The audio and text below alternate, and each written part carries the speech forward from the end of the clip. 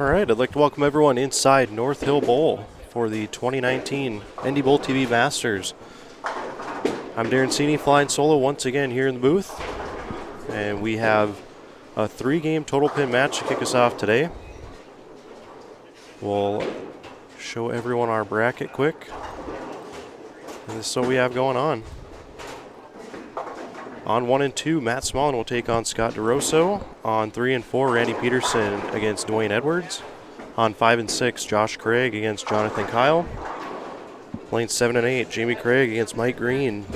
On 9 and 10, Barry Zimmerman against Andy Colomb. On 11 and 12, right in front of us, will be Monique Lee and Jeremiah Smith. On 13 and 14, Thomas Wolf against Ryan Holsworth. And on 15 and 16, Mark Woznicki against Mike Larson. We will do 3-game total pin matches in the first and second rounds. And then once we have 4 undefeated players left, they will be ranked based on their 6-game total into a stepladder. And of the people who lose in the second round, the highest 6-game total will be the 5 seed in the stepladder. So that's how we will be determining a champion today. So some exciting matches coming up.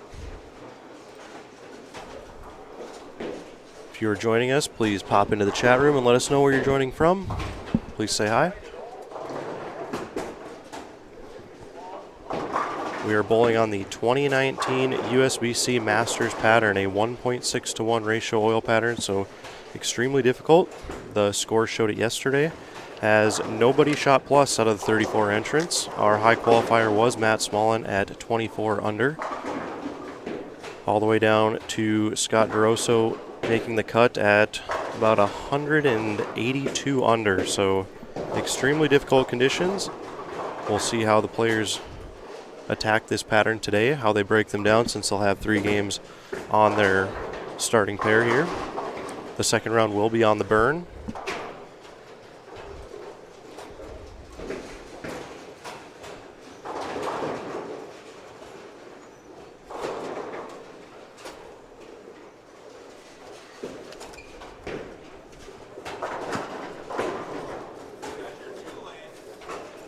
So in this format, it is a case where every shot matters for those that are winning their matches.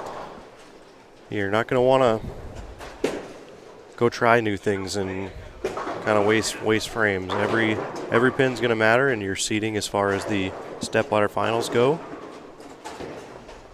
And those that lose in the first round will go bowl 3 more games on a different pair of lanes. And their 6-game total will determine whether they finish 9th through 16th. So 6-game totals are going to be big today. And those that win 2 matches in a row will be guaranteed into our stepladder finals, where they will re-oil. The final 5 will get, I would say, 10 minutes of practice on that re-oiled pair, and then we'll be off and running.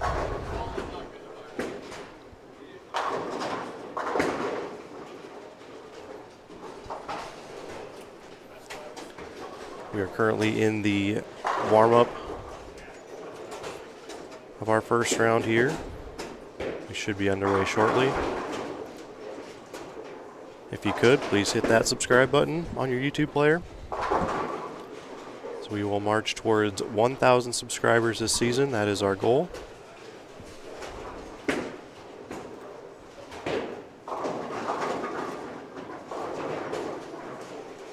And once we get started here, again, Ebonite, the official bowling ball sponsor of NDBowlTV for the 6th year in a row. And again, you can follow us on social media, stay connected, as we will have many more articles this year on NDBowling.com, as well as 3 more shows, including our next show, which will be in Winnipeg at the 2020 Manitoba Open. I believe that date has been set.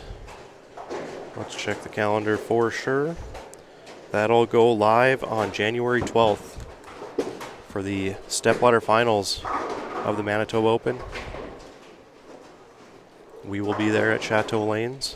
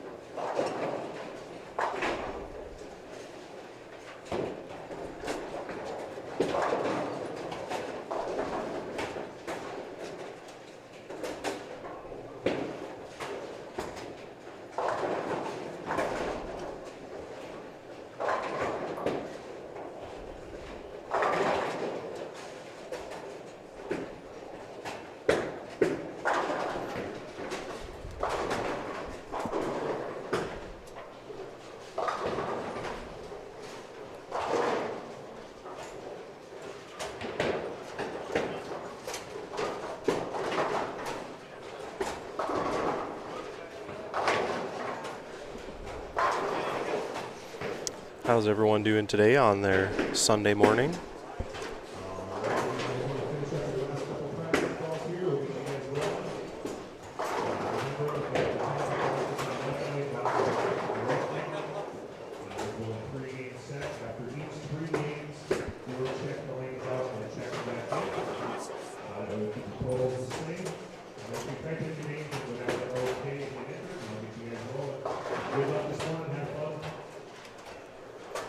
All right, we should be underway here shortly with our first match featuring Monique Lee and Jeremiah Smith.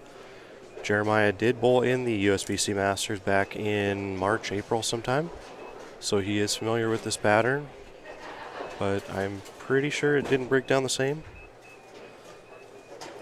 This pattern will give everyone a little more appreciation for the pros and what they're able to do out there. Not being able to see the obstacles on the lanes kind of gives everyone a misconception about how good these pros really are. May the best bowler win, and I sure plan on it. You live. Look good.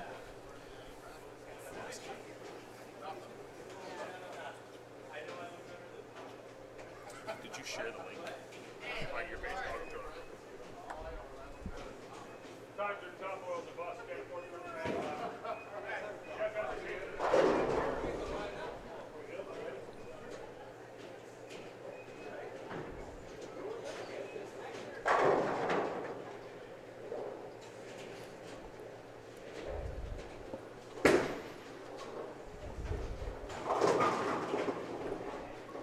Again, this is a 3-game total pin match, so bowlers will have a chance to essentially break down their pair the way they want it. The next round will be on the burn, so it'll be important for those winners to see who started on that pair, so to speak.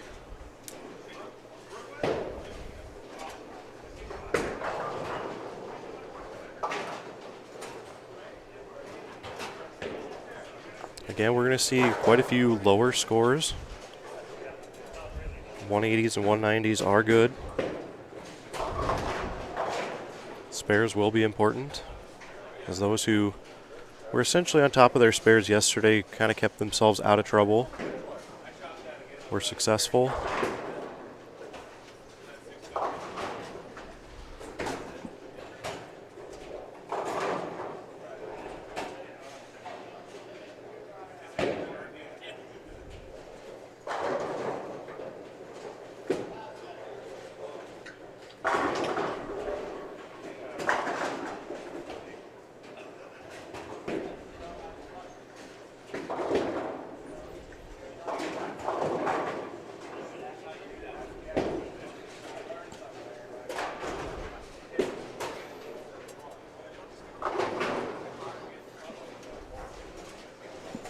In our first match here, we do have a righty and a lefty, so they kind of have their side of the lanes to themselves, so it'll be interesting to see how they progress through this match from games 1 through 3. Again, we will keep everyone updated on all the other matches as they progress.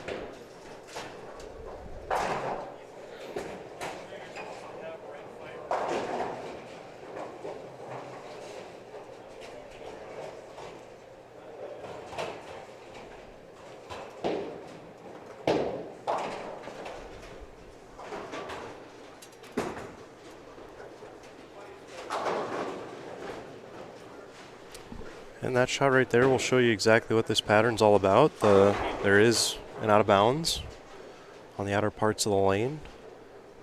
Middle's hook, which essentially is a recipe for a pretty hard pattern. Once the pattern blends out a little bit, these bowlers can create their own hold, so to speak, create their own room. And I think this day 2 will benefit bowlers that can do that.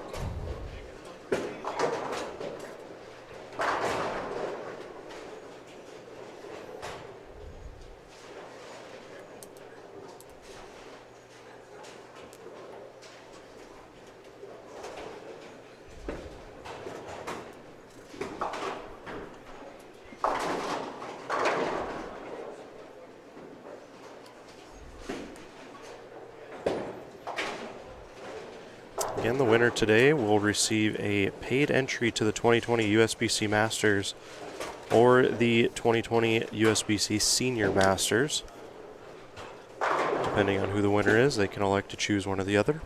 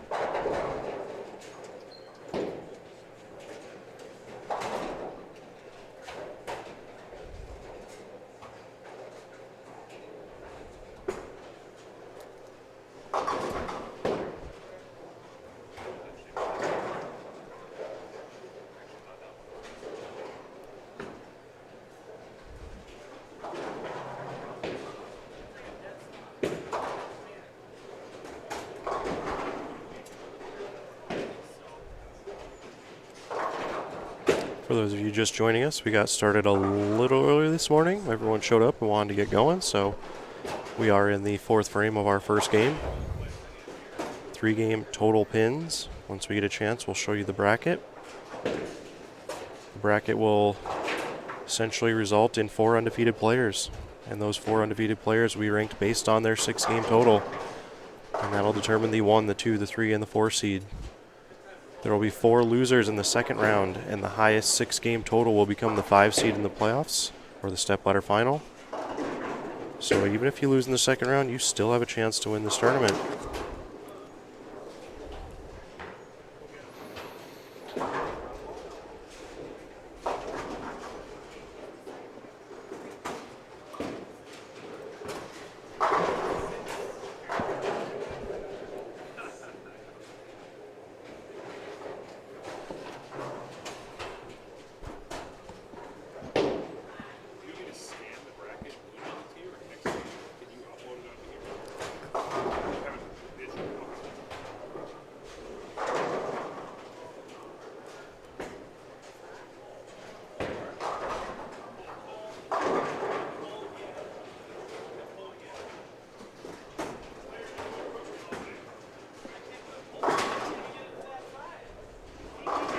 Again, our live matches we have going on so far is Matt Smallen against Scott DeRosso on 1 and 2, Randy Peterson against Dwayne Edwards on 3 and 4, Josh Craig against Jonathan Kyle on 5 and 6, Jamie Craig and Mike Green on 7 and 8, Barry Zimmerman and Andy Colomb on 9 and 10, Monique Lee and Jeremiah Smith right in front of us here on our featured pair, Thomas Wolf and Ryan Holsworth on 13 and 14, and Mark Woznicki and Mike Larson on 15 and 16. 3-game total pin match.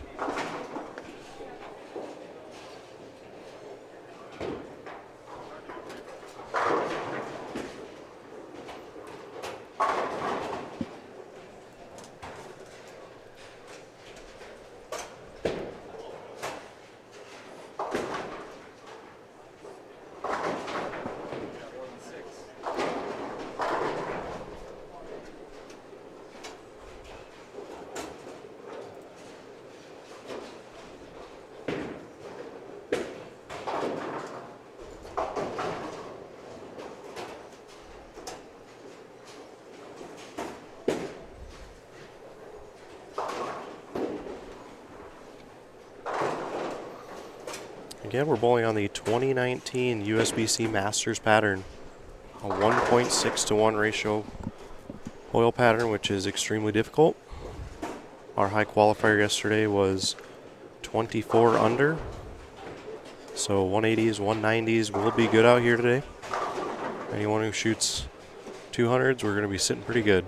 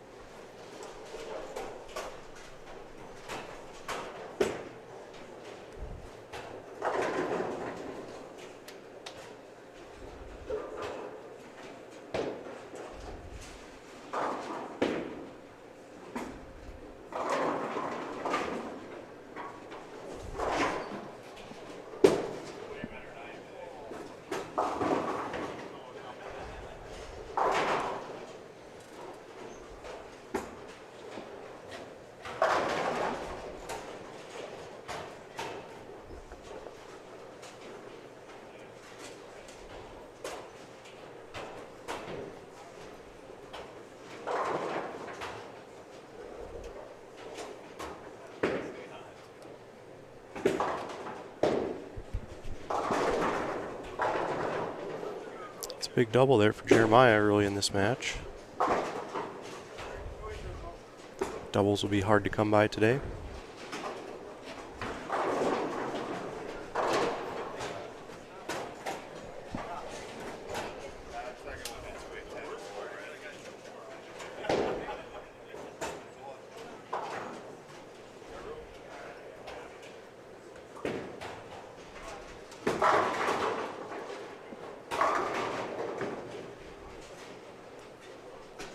Again, if you're just joining us, pop into the chat room. Let us know where you're tuning in from. Please say hi. I'm Darren Sini with NDBowling.com, flying solo in the booth once again.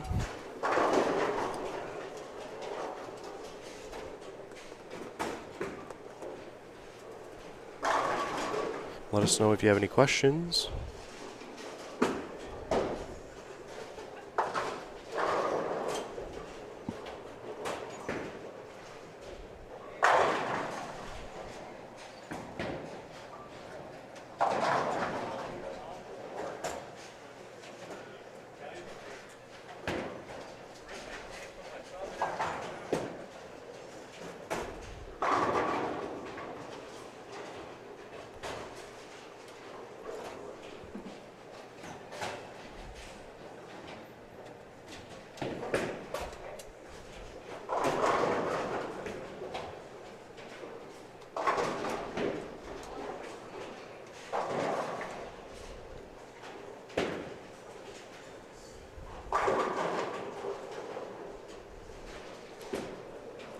Well, looks like early in the matches, Mike Larson has a slight lead over Mark Woznicki. Small lead for Thomas Wolf against Ryan Holsworth. Barry Zimmerman and Andy Colomb are 10-pin match through 6. Jamie Craig looks to be opening up a decent lead against Mike Green, as he's got a 4-bagger on the board. And that's about all we can see. The first 6 lanes are a little bit out of our view.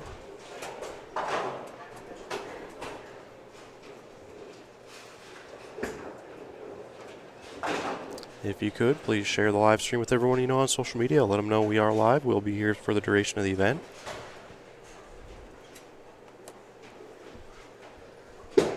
And please hit that subscribe button on your YouTube player. We do appreciate that.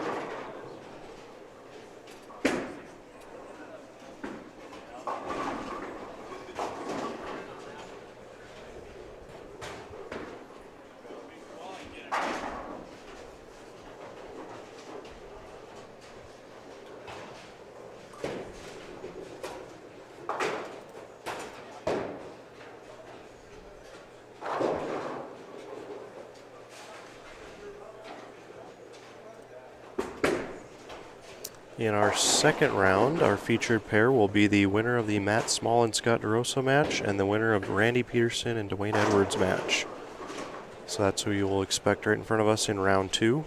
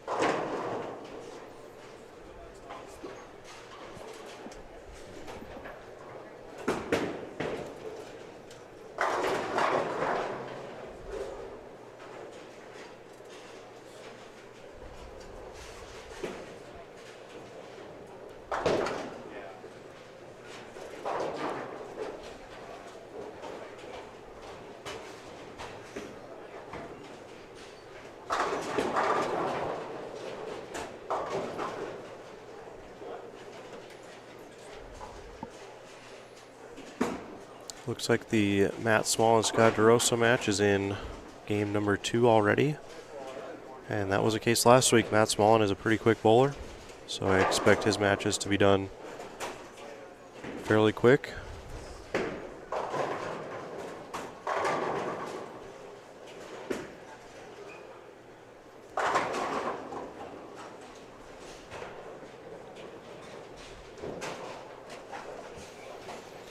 And to the immediate left, Andy Colomb finishes out with a 163. Barry Zimmerman still has a 10th and a possible 181 left if he strikes out.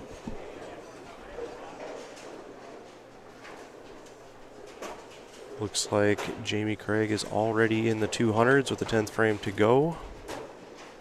Mike Green has about 167 left. He did double, so he'll be in the 160s, about a 40-pin match there.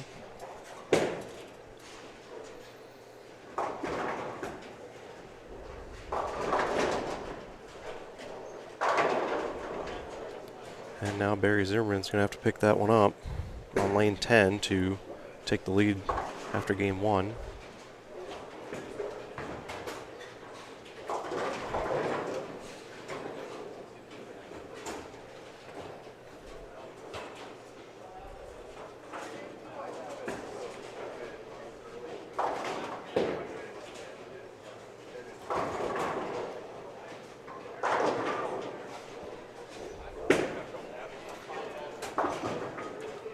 And gets 2, so after 1, Andy Colomb has a 10-pin lead over Barry Zimmerman. That winner will get the winner of the Monique Lee and Jeremiah Smith match right in front of us.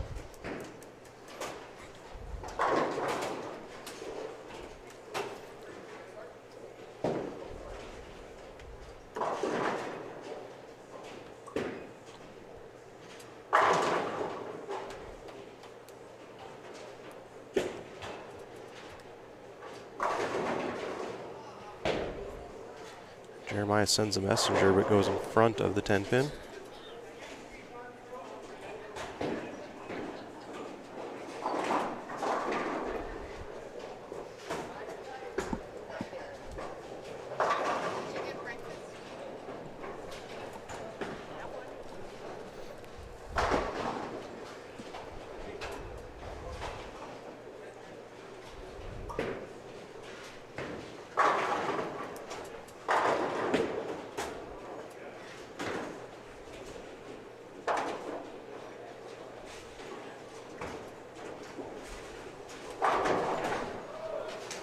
And Dave Roberts, thanks for joining us in the chat room, as well as Steve Voss.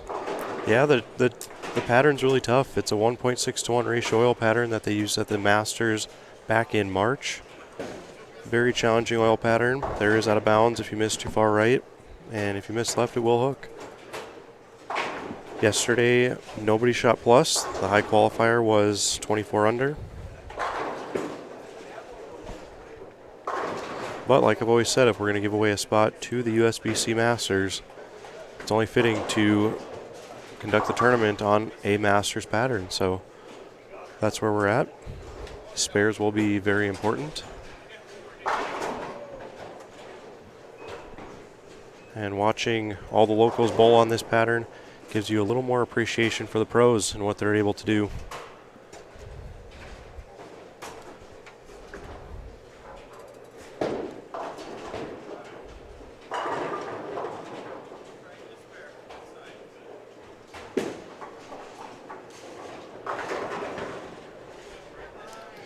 Again, we have 2 rounds of 3-game total pin matches to determine 4 undefeated players. Those 4 undefeated players will be ranked based on their 6-game total to determine the 1, 2, 3, and 4 seeds in our stepladder. In the second round, there will be 4 losers. And of those 4, they will be ranked on their 6-game total, and the highest 6-game total will be the 5 seed. And our stepladder finals will be single-game matches to determine a winner. And the winner will take home a paid entry to the 2020 USBC Masters in Reno at the Grand Sierra Resort, along with all the prize money as well. Top prize is $1,000, and then they'll get that spot on top of that. I think $750 for second is the payout. Pretty good payout. With only 34 entrants, there was $2,000 added by North Hill Bowl, so special thank you to them.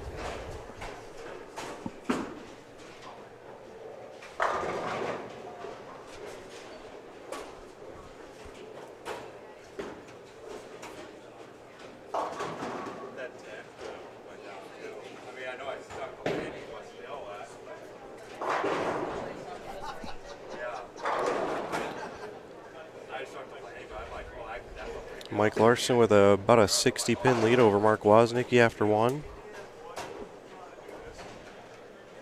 It looks like Jeremiah Smith will have a marginal lead over Monique Lee after 1. Thomas Wolf 182, Ryan Holsworth 130 after 1.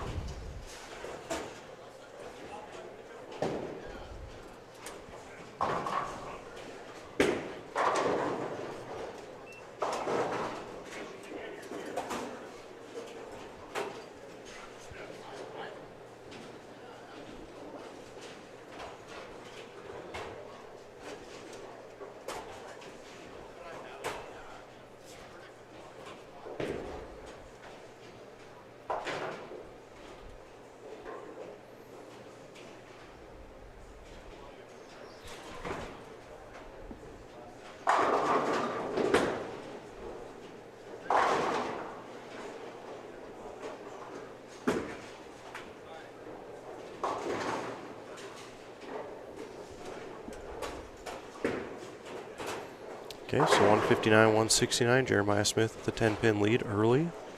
Let's go take a quick look at that bracket. For those of you who are just joining us, this is how the bracket looks.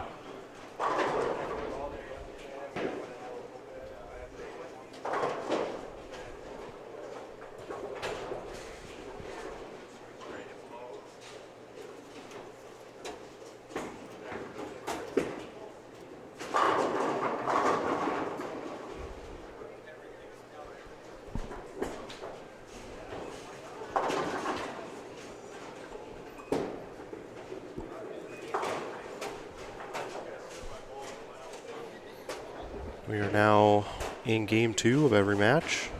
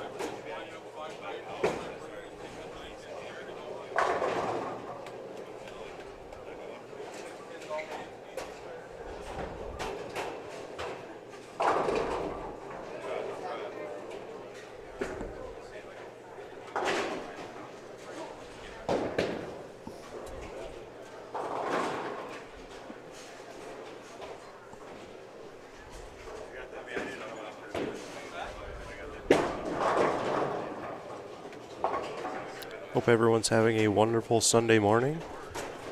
After 6 games, we will have a Final 5 for a Stepladder Finals single game elimination match where we'll determine a winner. Be really curious to see how these lanes break down, how the scores transition throughout these matches as each player gets to essentially groove in their own shot on this very challenging pattern.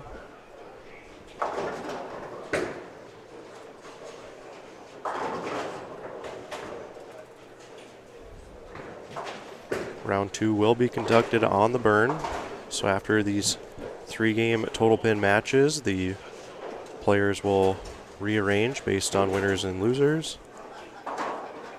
And then we'll bowl 3 more, another match.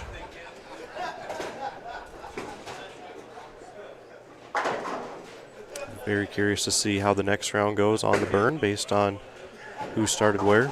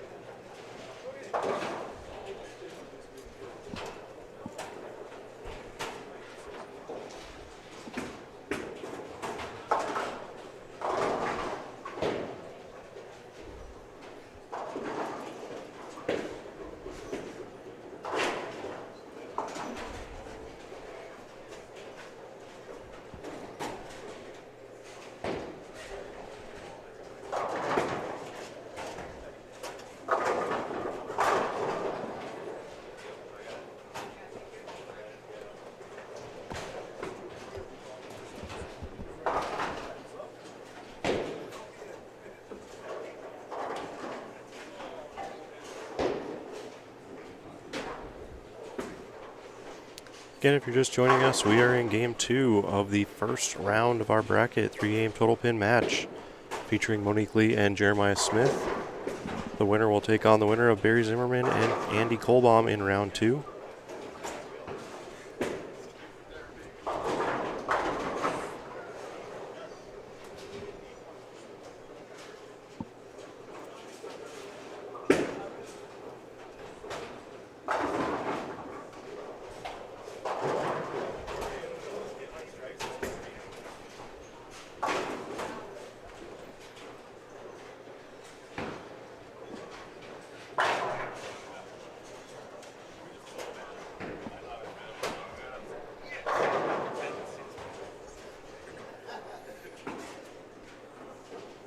It appears Matt Smallen and Scott DeRosso are beginning game number 3 already, so that match will be over first.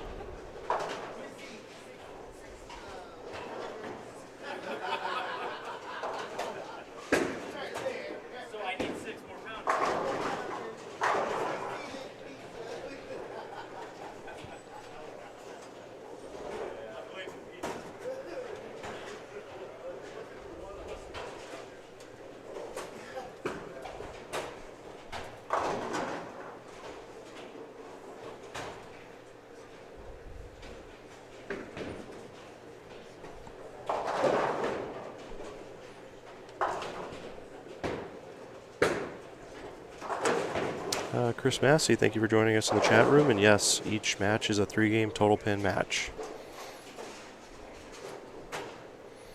And in the format that we have, every pin matters throughout the entire tournament. So once you reach round 2, if you lose in round 1, your 6-game total will determine your finishing 9th through 16th. And then in round 2, if you lose in round 2, there will be four people that lose in round 2. And in their 6-game total, we'll rank them 5, 6, 7, and 8. But the 5 will be in the stepladder, so every pin does matter. Score update from 13 and 14. Game 1 was Thomas Wolf 182, Ryan Holsworth 130, and currently Thomas Wolf has roughly a 20-pin lead through 4 in game number 2.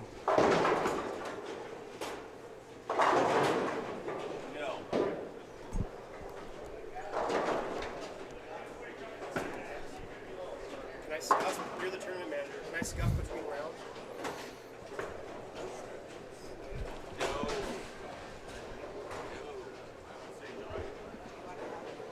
Somebody needs to say something.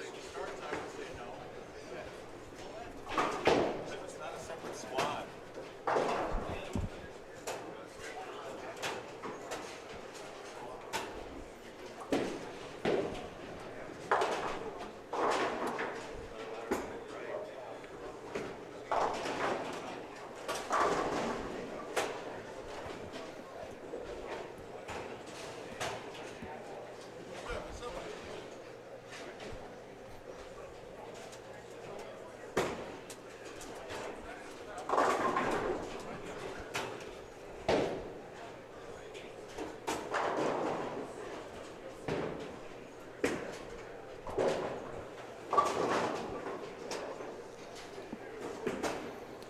In the match to our left, it appears pretty close. Andy Colomb and Barry Zimmerman remain close through 6, about the halfway point in the match. Mike Larson looks like he's got that match in control over Mark Woznicki. Commanding lead early. I believe Mark's having a few equipment slide issues, so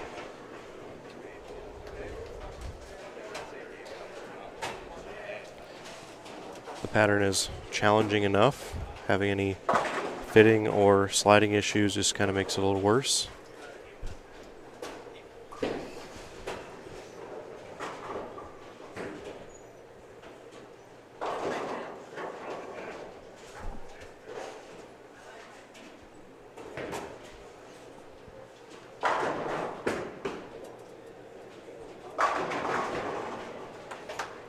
Looks like a good game being put together here by Monique Lee, trying to make this one a match. She's the only female in our bracket today. Member of Team Canada.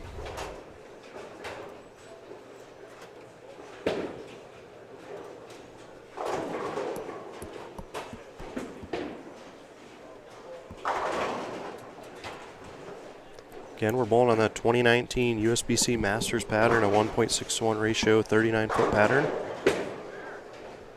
Proved to be fairly difficult. I do expect the scores in this first round to kind of go up as the match goes on, as each player gets to kind of groove their own line in the lane.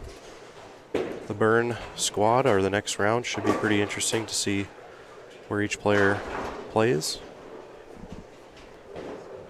Chris, how is Jamie doing today? Well, Jamie had I believe a 50-60 pin lead on Mike Green after the first game. This game, it looks like they're about tied through 6, so that lead still stands.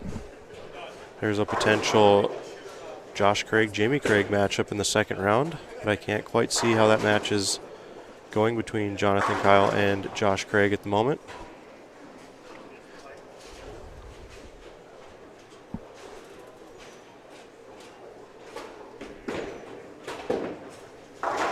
Again, we have a full explanation of Day 2 on NDBowling.com. If you go to the upcoming events page and click on the back of the poster, we will explain the format of day 2.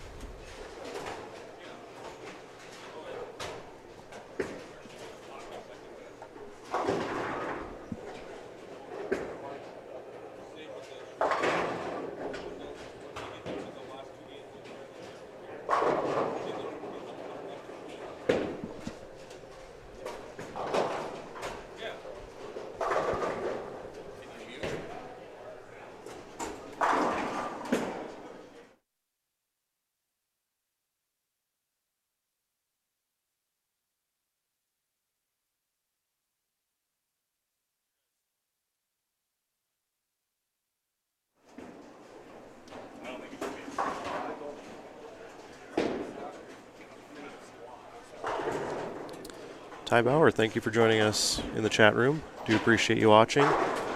Dwayne Edwards is down on 3 and 4 against Randy Peterson. I cannot see that match at the moment.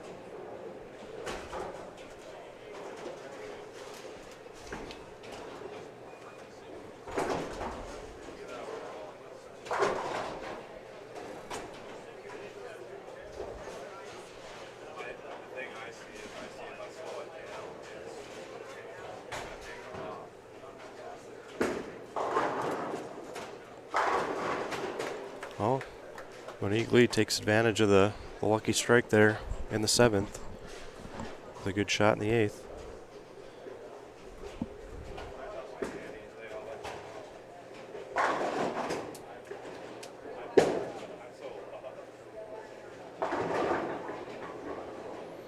Again, if you haven't already, please hit the subscribe button as we are working towards 1,000 subscribers. Hopefully we hit that this season. It is free to do so.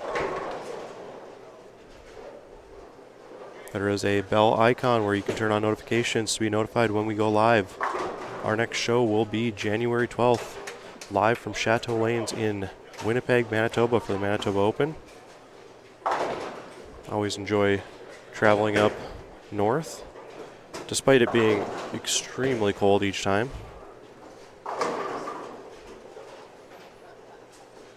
I believe that'll be our 5th straight season at the Manitoba Open, maybe 6th. I'll have to look back at the archive.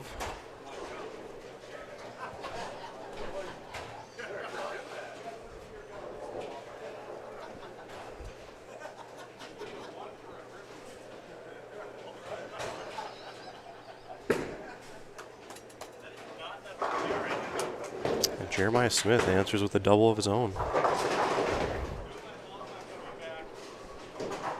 Our next match will feature the winner of the Matt Smallen Scott DeRosa match against the winner of the Randy Peterson Dwayne Edwards match. So that is coming right up in round 2. Following round 2, we will re-oil our featured pair 11 and 12. The final 5 will get to practice on that pair, and then we will start a 4-5 match all the way down to 1 to determine a winner.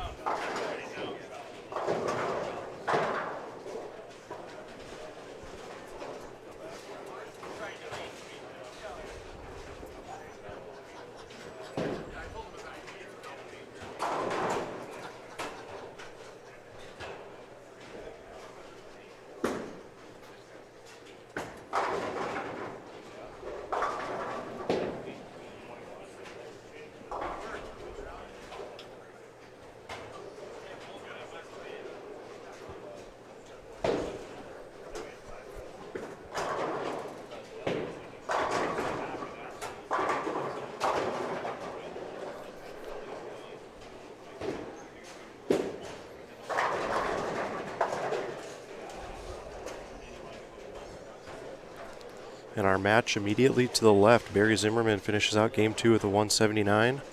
Andy Colomb did strike the first ball in the 10th, still has 158 left, so regardless, Barry Zimmerman will take a lead into game 3.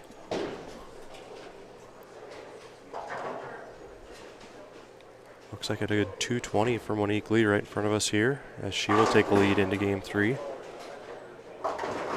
As Jeremiah's only got 191 left. Down on 15 and 16, Mike Larson is going to finish out a 220 and take a commanding lead over Mark Woznicki in that match. And by commanding, I mean roughly 160 pins. Justin Weig, thank you for joining us. Dale Caber, once again, thank you for tuning in this morning.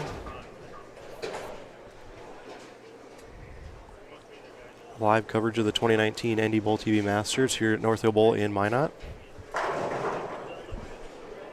I'm Darren Cini with NDBowling.com, flying solo once again.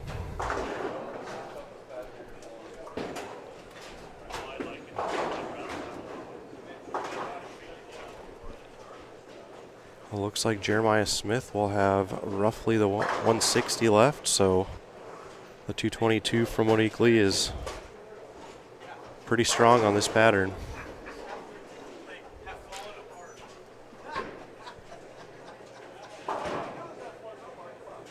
If you haven't already, please share our live stream with people you know on social media.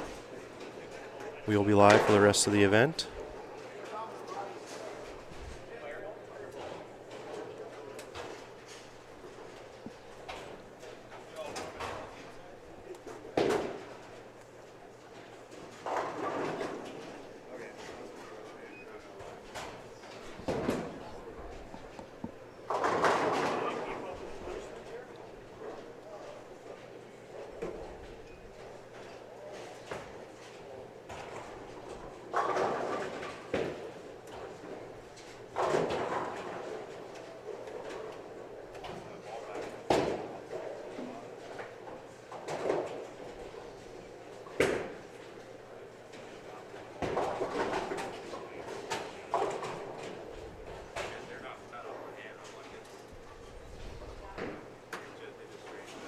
Gerald Boro, thank you for joining us.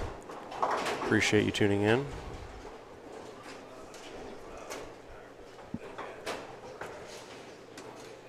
On our pair to the right, Thomas Wolf finishes out game 2 with a 171. Ryan Holsworth also has 171 left, but he must strike out in the 10th, so Thomas Wolf will take at least a 52-pin lead into game 3 in that match. I see a 178 for Jamie Craig, but he did have a 230, 220 the first game. Mike Green still has 192 left, and he did strike the first ball in the 10th, so Mike will chip away at that lead just a little bit. Mike Larson has the match in hand on 15 and 16. The winner of the Mike Larson-Mark Woznicki match will take on the winner of Ryan Holsworth and Thomas Wolf.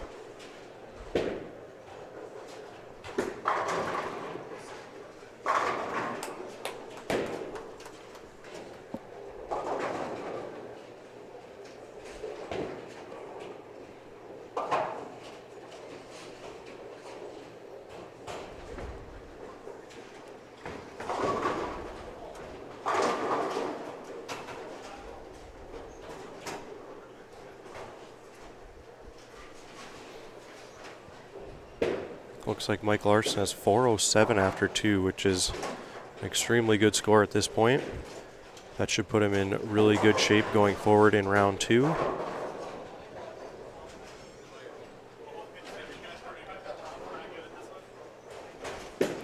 Again, every pin matters in this format, as the losers of round 1 will go over to 1 through 8 in both 3 more games, where their 6-game total will determine their finishing positions of 9 through 16. In round 2, we'll have 4 losers. Of those 4 losers, the highest 6-game total will be the 5 seed in the Stepladder finals. And then the top 4 seeds in the Stepladder finals will be our 4 undefeated bowlers, ranked based on their 6-game total.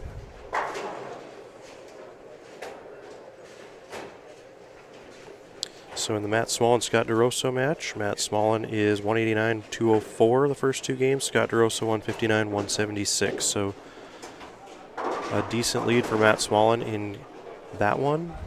Update on Dwayne and Randy. That is the match on 3 and 4 that I currently cannot see. So maybe I can find someone to go down there and let me know how that match is going.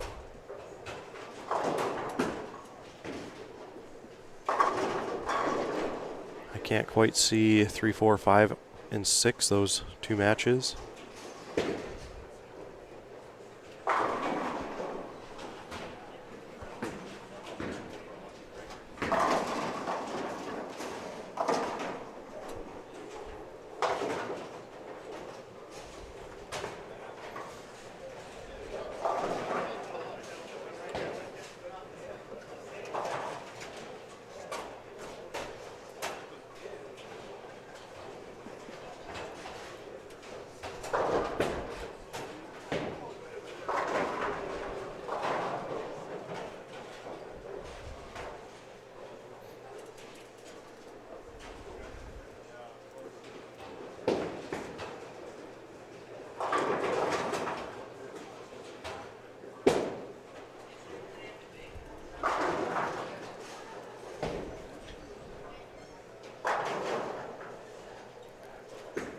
Looks like immediately to our left, a 23-pin match.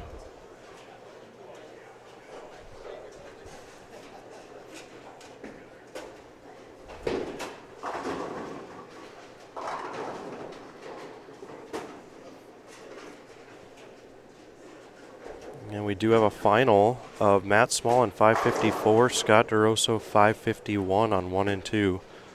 So a big comeback there for Scott DeRosso. Came up just 4 or 3 pins short there, so good effort for him. That's a good total for the 6-game total. So Matt Smallen will move on, and he will be on our featured pair in the next match.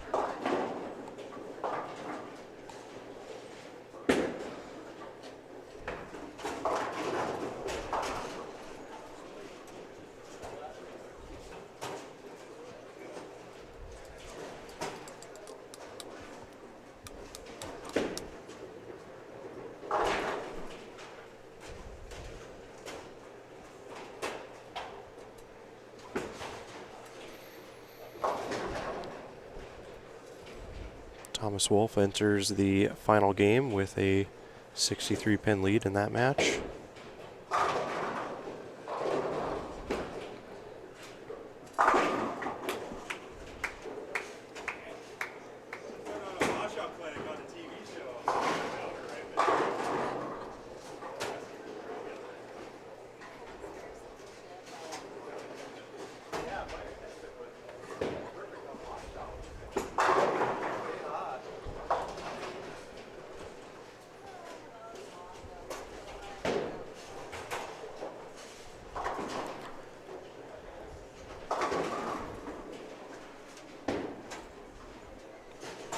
I do think Jamie Craig has a roughly a 40-50 pin lead going into game 3 of that match against Mike Green.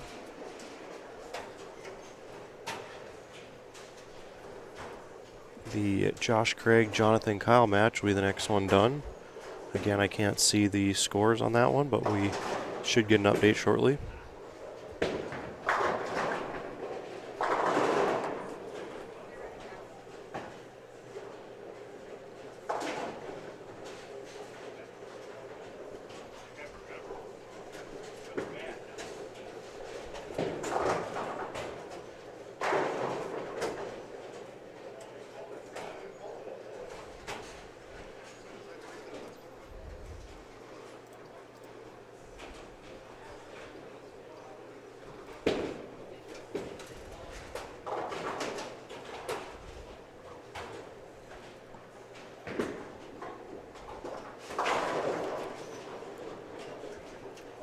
And unfortunately for Jeremiah Smith, we're going to need a double, maybe a couple doubles here. And that's not easy on this pattern.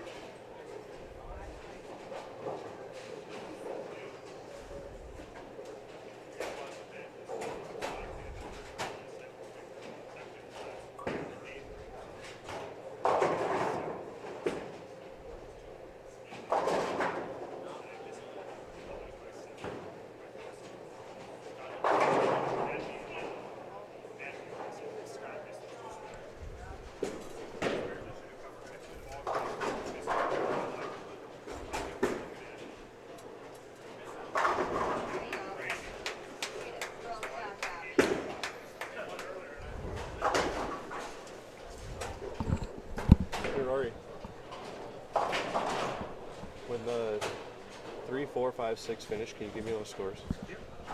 Are we logging 2 balls? 2 balls at it, looks like. Yep.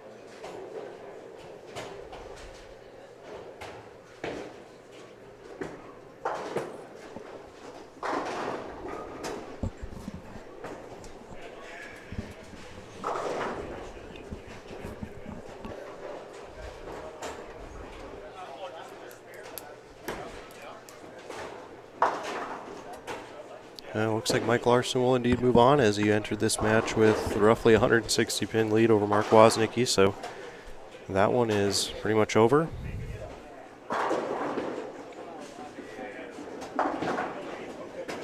Larson will move on to lanes 9 and 10 against Thomas Wolf, Ryan Holsworth winner, which at this point is a 60 pin lead for Thomas Wolf.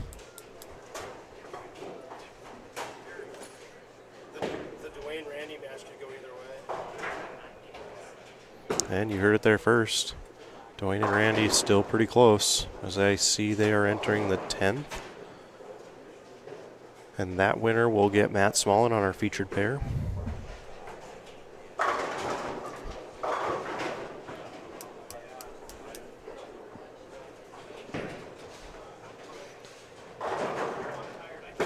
Again, if you need an update on a certain match, we'll try to do that for you. Again, if you're here, let us know where you're tuning in from. I do appreciate everyone joining us this morning. We are in round 1 of the 2019 NDBowlTV Masters. Round 2 will be immediately following this, and then we will have 5 left for a stepladder final.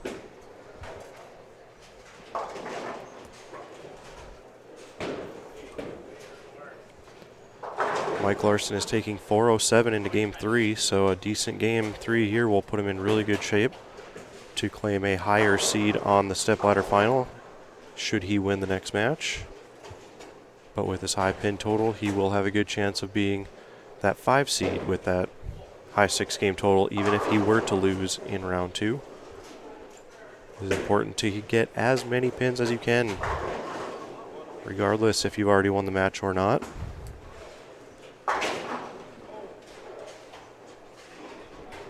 Barry Zimmerman puts a 3-bagger together, frames 5, 6, and 7 against Andy Colomb.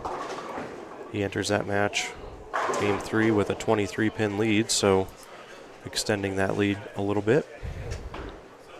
Monique Lee looks like she's in complete control of this match. And if you're Jeremiah Smith, there's really not much you can do at this point. The score she's putting up is really good on this pattern.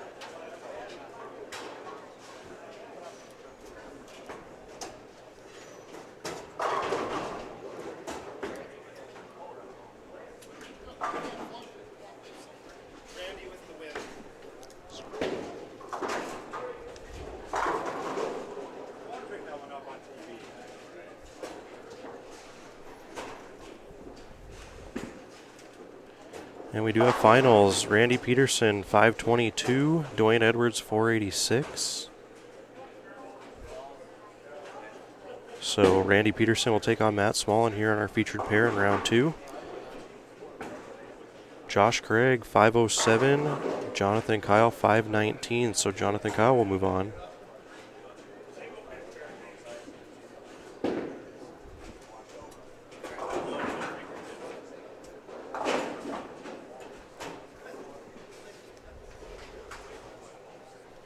It appears, I don't think like Mike Green's going to have enough to catch up to Jamie Craig in that match. There's still 3 frames to go. In our match immediately to the right, Ryan Holsworth is defeating Thomas Wolf in Game 3 by just 12 pins, but Thomas has a 63 pin lead going into Game 3, so still a comfortable lead for Thomas.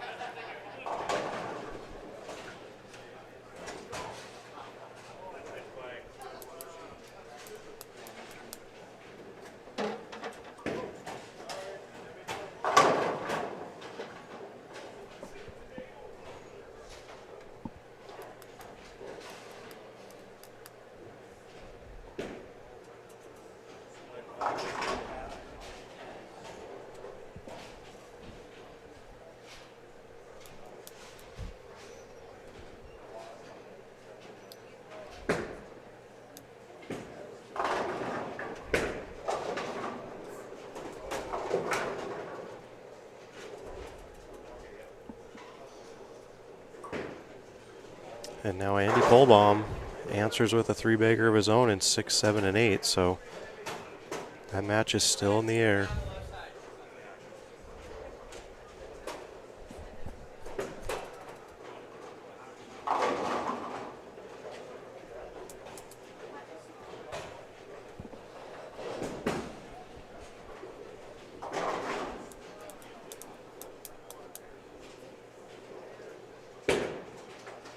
Mike Larson with a 168, Game 3 gives him 575.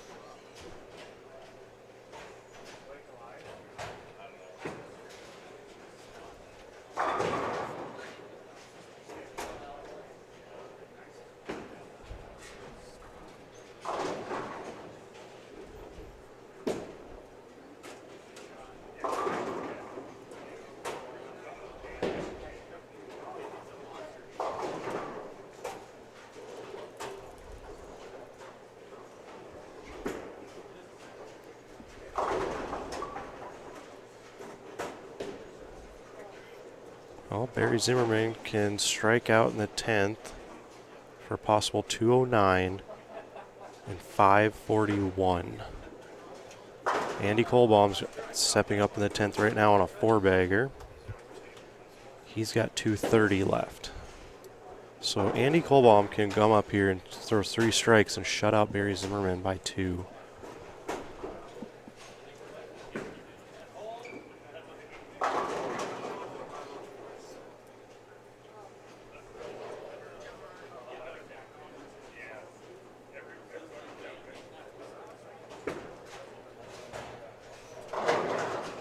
And he trips 4 on the first shot.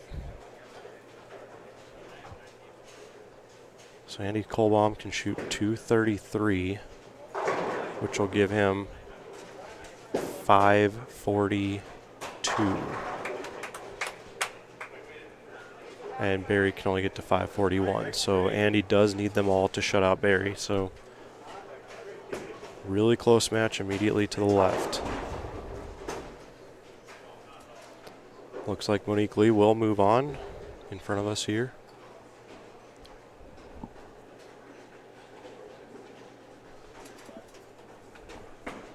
Shot 2 for Andy Colomb on 9. I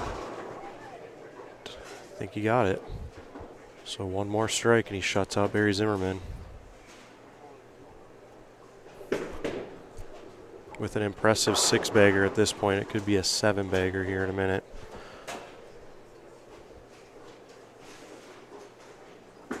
Anything less than a strike here on lane 9, and Barry Zimmerman can either tie or win.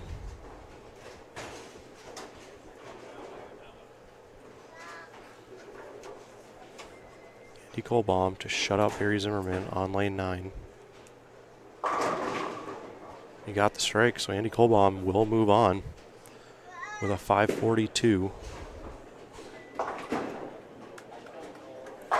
And that's one heck of a 7-bagger to finish that match for a 233. And Barry knows it. Missed the first shot, so Andy Colomb will move on.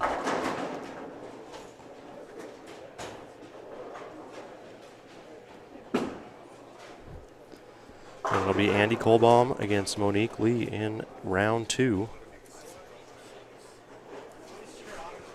Jamie Craig shoots a 6.15 against Mike Green's 5.04, so Jamie Craig will move on.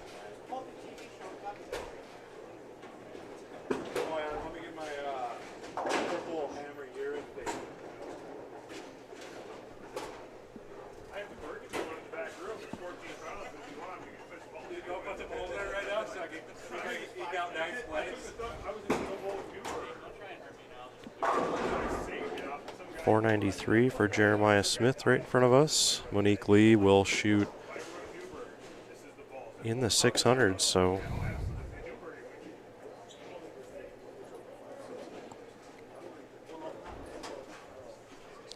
.615 was high, and I think that will be the high. So Jamie Craig currently has the highest 3-game total entering round 2, which puts him in good shape if he were to win in round 2 to be that number 1 seed in the Stepladder final.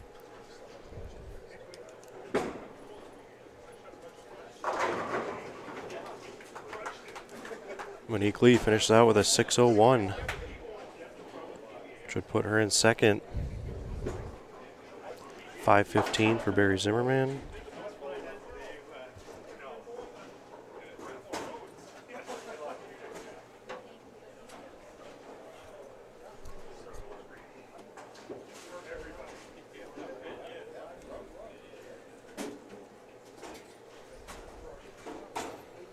So we have one match left to determine, and it looks like Thomas Wolf will take that one.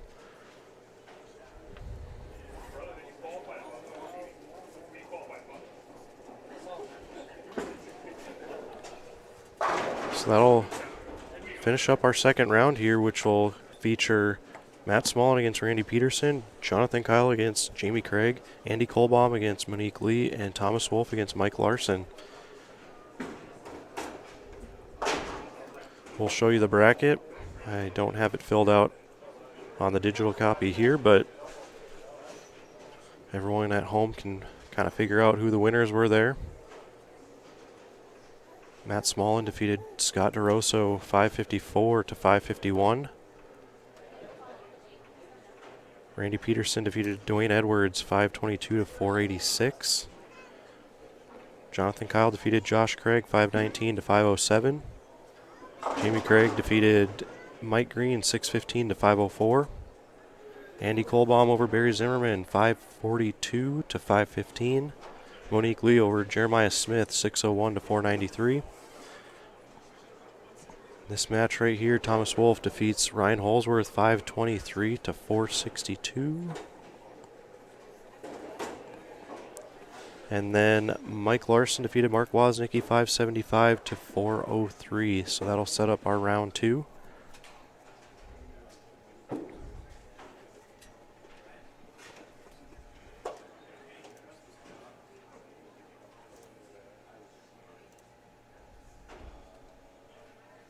Our featured pair will be Matt Smallen against Randy Peterson. Bowlers will get 2 shots on each lane. And a reminder, this is on the burn, so we'll see how they attack this pattern.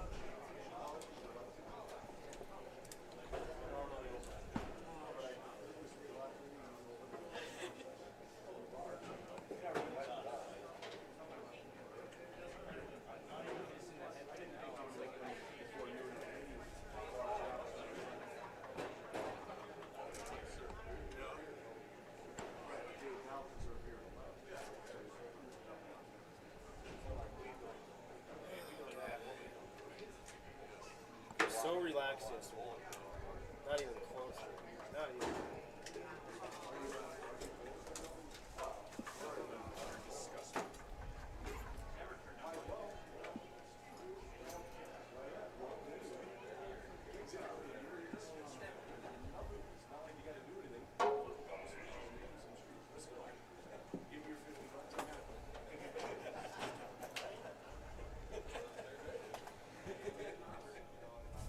So how's everyone doing on your Sunday morning?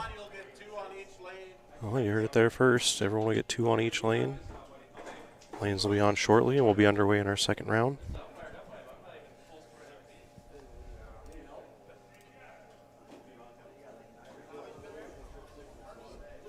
Matt Smallen against Randy Peterson on our featured pair. And the only reason I'm bringing these two is closer to the locker.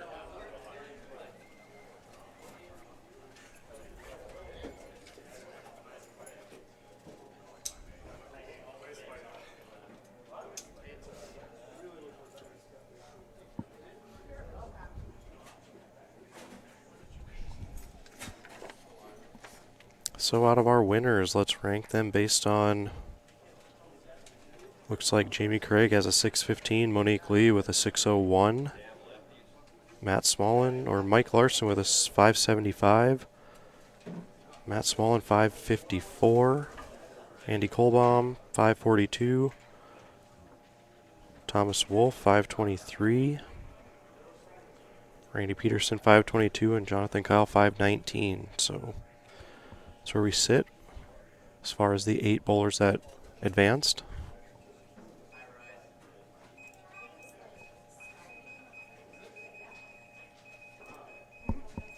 If you haven't yet, please hit the subscribe button on your YouTube player. I'd like to remind you to follow us on Twitter and like our Facebook page, as we do a lot of updates, especially on our Facebook page. We're thinking about running a ball giveaway if we reach 1,000 subscribers, so help us get there sometime this season. And we'd like to thank Ebonite once again for being the official bowling ball sponsor of NDBowlTV for the 6th year in a row. You're watching NDBowlTV, the High Plains Bowling Network. Our live coverage of the 2019 NDBowlTV Masters. We are in our second round. What lanes will your daughter-in-law Monique Lee be on next? Monique will be bowling on 13 and 14, so the pair directly to the right of our featured pair, so we will keep you updated on how that match is going. She'll be facing Andy Colomb out of Williston, North Dakota. Immediately to the left of our featured pair, we'll have Thomas Wolf and Mike Larson. And then down on 15 and 16, it'll be Jonathan Kyle and Jamie Craig. The 4 winners of this round will advance to the Stepladder finals and be ranked based on their 6-game total. And then of the 4 losers, the highest 6-game total will be the 5 seed. We will re-oil lanes 11 and 12. All 5 will get time to practice on that pair, and then we'll be underway with our 5-man Stepladder finals to determine a winner. The winner will take home an entry to the 2020 USBC Masters or Senior Masters, along with the prize fund.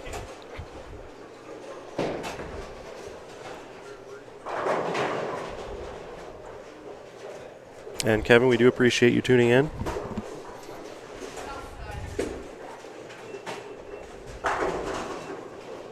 And I will do my best to keep you updated on that match.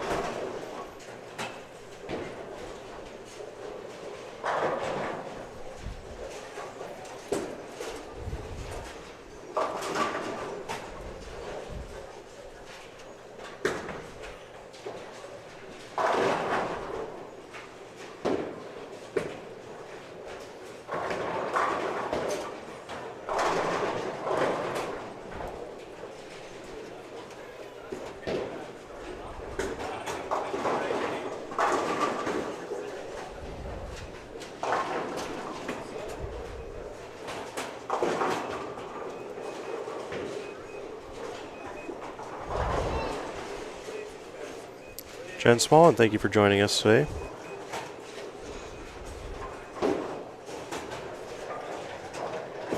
Hope Bennett is doing well and glad he's enjoying the stream.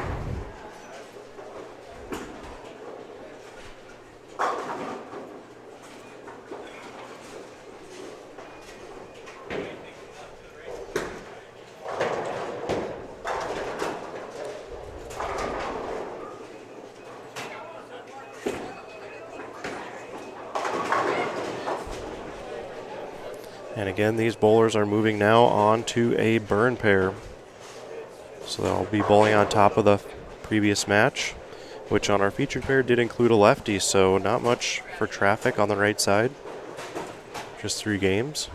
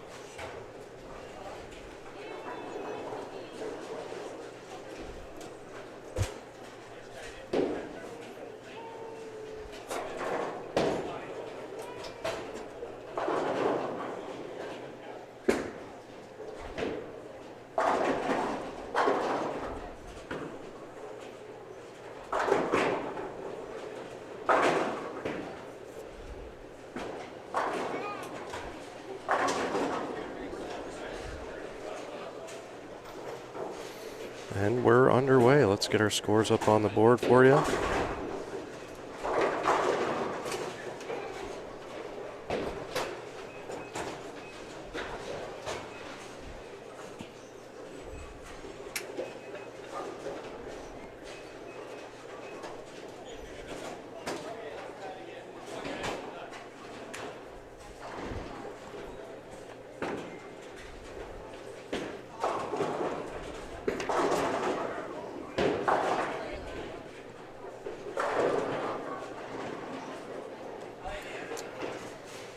And the lowest score to win in the first round was 519, so the highest score to win was 615, so a good spread there.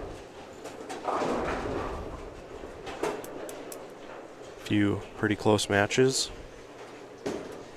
Matt Smallen narrowly defeated Scott DeRosa by 3 pins.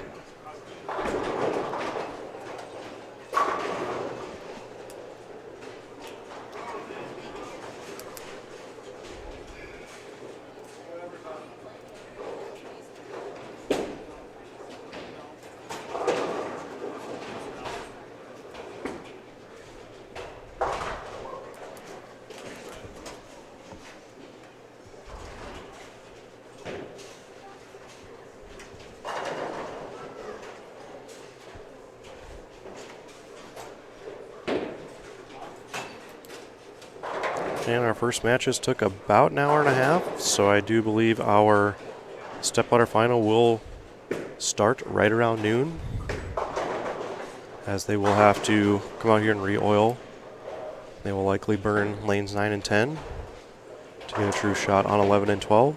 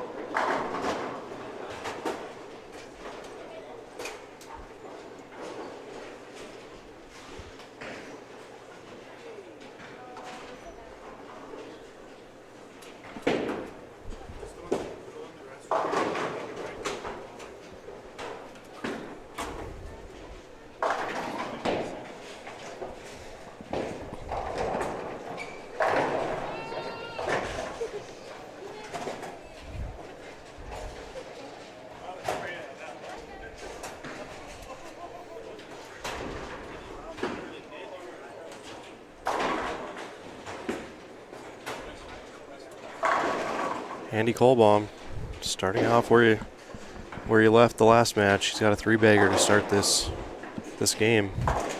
It's Monique Lee to the right, but she's got spare on the board, so expect that to be a pretty close match. Again, filling frames is important in this on this oil pattern.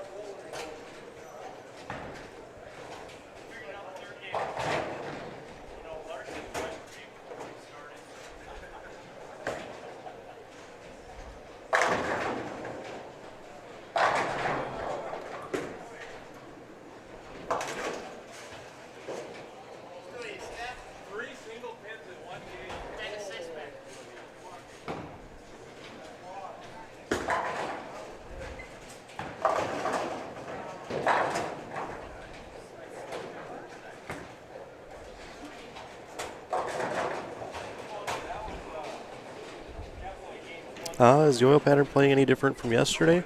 I don't think so. It's still pretty difficult. The only difference is players will be getting 3 games on a pair instead of just the 1. So I think the first game in this match will be a little difficult for people, but once they start to figure it out, it'll break down a little bit better for them. So I think you're going to see a little bit better scores. And then the Stepladder final, again, we're going to have a re-oil on 11 and 12.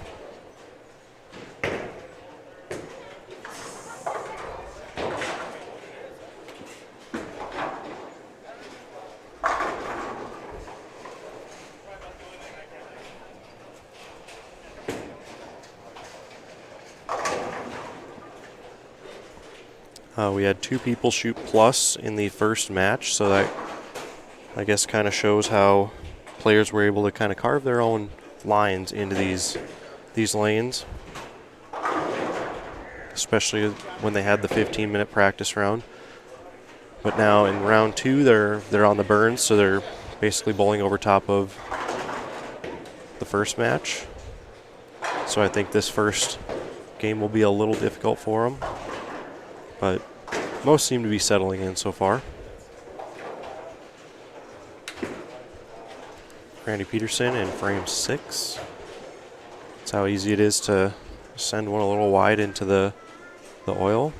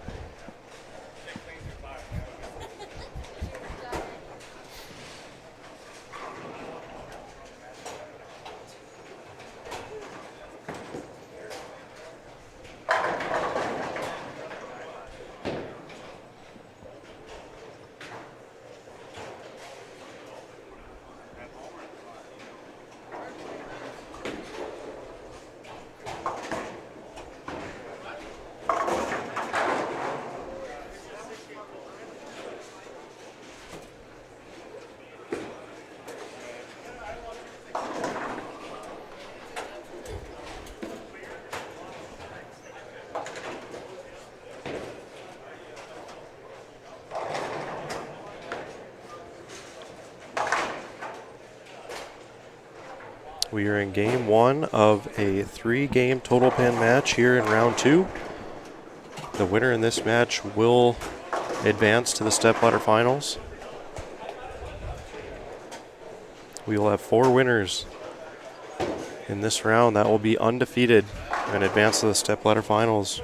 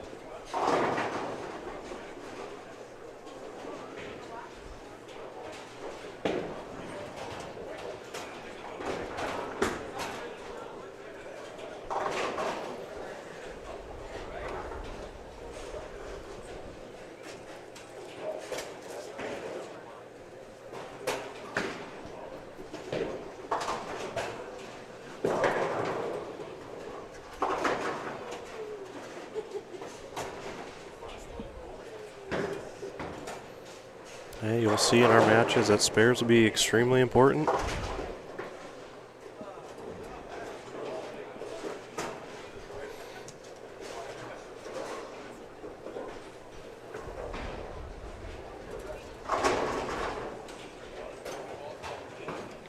Currently in the 6th frame of the pair to the right, Andy Colomb has a 20-pin lead over Monique Lee.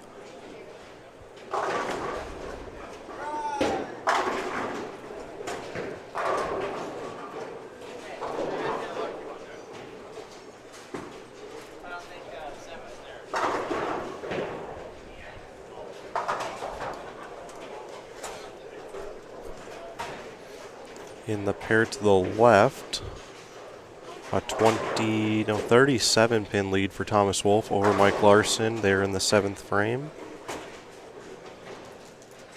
And down to the far right, Jonathan Kyle and Jamie Craig. We've got, entering the 10th frame, Jonathan Kyle with a 5-pin lead.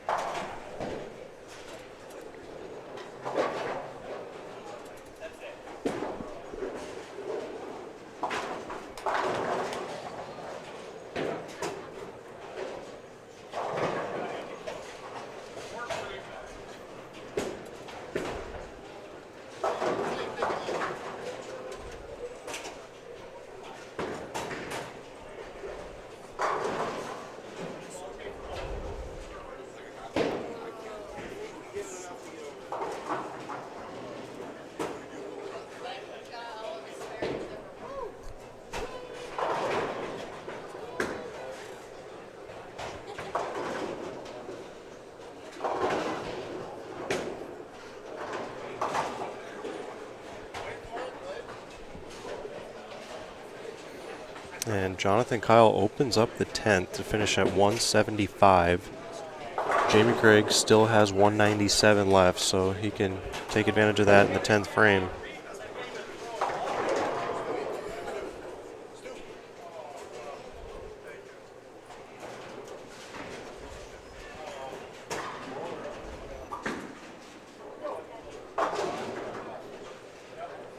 And Jamie Craig's going to give it right back as he leaves the Greek Church minus the 10 pin, so a 6-pin split.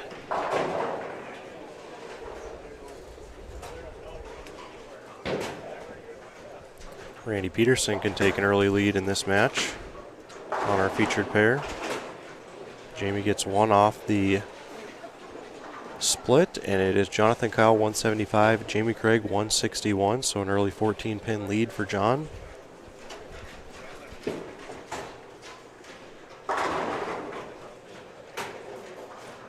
And Randy does not trip the 4-pin there, but with 181 left for Matt, spare conversion here will mean an early lead for Randy.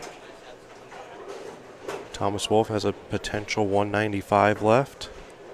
Mike Larson has 182 left, both entering the 10th.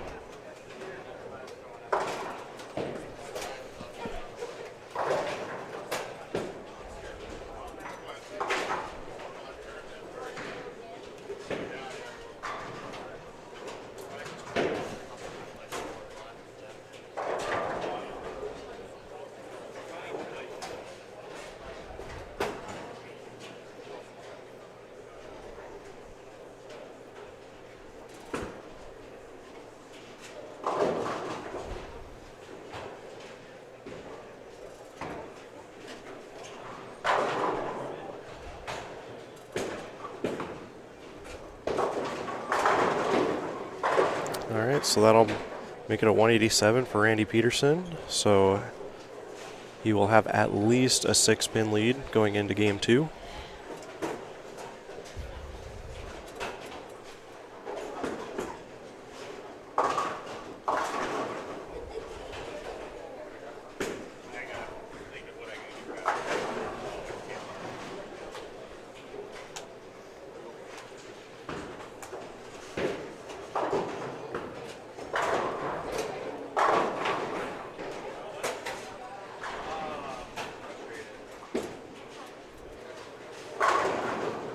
Big move there for Matt. He was playing, I believe, a little bit of urethane up the right.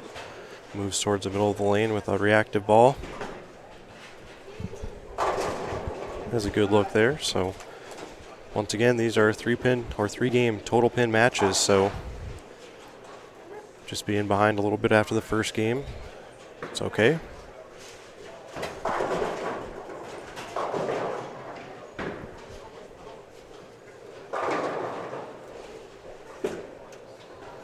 Again, if you're just joining us, please hop on into the chat room. Let us know you're here, where you're tuning in from. Again, I'm Darren Sini with NDBowling.com, flying solo in the booth. Bringing you live coverage of the 2019 NDBowlTV Masters here at North Hill Bowl in Minot.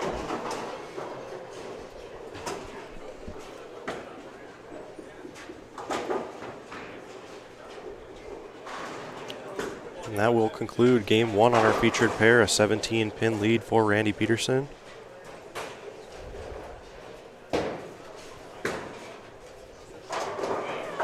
The pair to the left, Thomas Wolf finishes with a 182, and that is exactly what Mike Larson has left if he strikes out, but he did miss that first ball, so that will be a lead for Thomas Wolf of at least 20.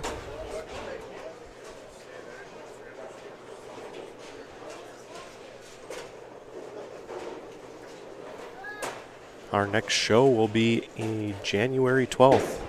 Live from Chateau Lanes in Winnipeg, Manitoba for the 2020 Manitoba Open. So we will go on a little bit of a break here. But next weekend is the State Scratch Doubles Tournament in Dickinson, followed by the State Scratch Team Tournament the first weekend in December down at Sunset Lanes in Moorhead. We will have complete coverage of that on NDBowling.com.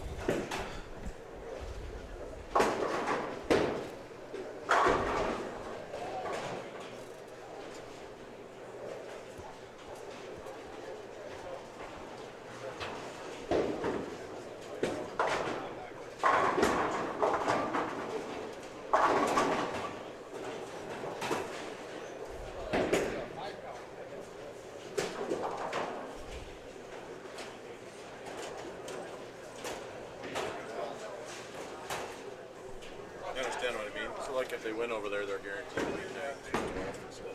You could win and still take 16th. You know what I mean?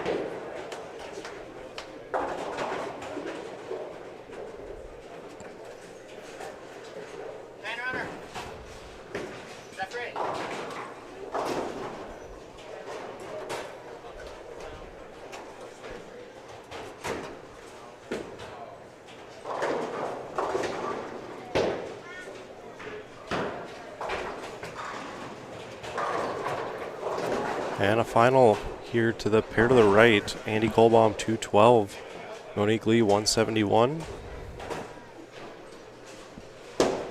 I do believe that puts Andy Colomb in the lead as far as pins. He's really close to Jamie Craig,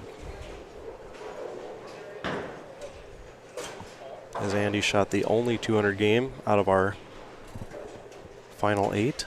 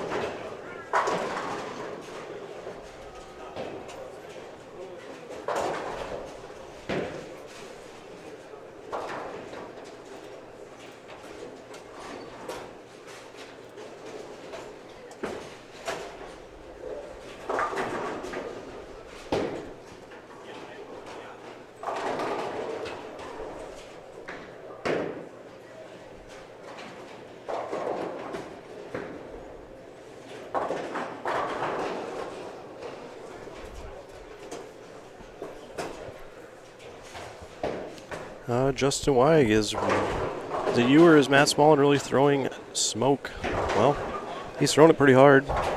He was throwing urethane up the right and then moved a little left. And the way this pattern is you either need to get the ball to the pocket with speed, playing the hook in the middle of the lane, or else you're going to need to really rev the ball up to get it to react off the oil line, which is somewhere around 7 to 10. If they miss outside of that, you can kiss the ball goodbye. And Matt made a move left, and in the the second frame there, he did miss left, and the ball went nose. But the other three were pretty good shots, so I think it was a good move for Matt. We'll see how it breaks down here going forward, since we do have two people playing similar parts of the lane.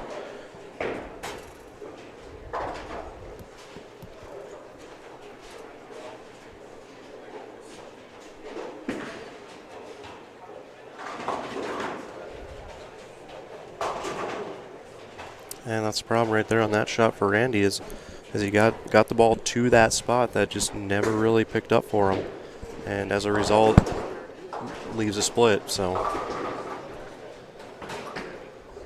again, 190s, 180s are good.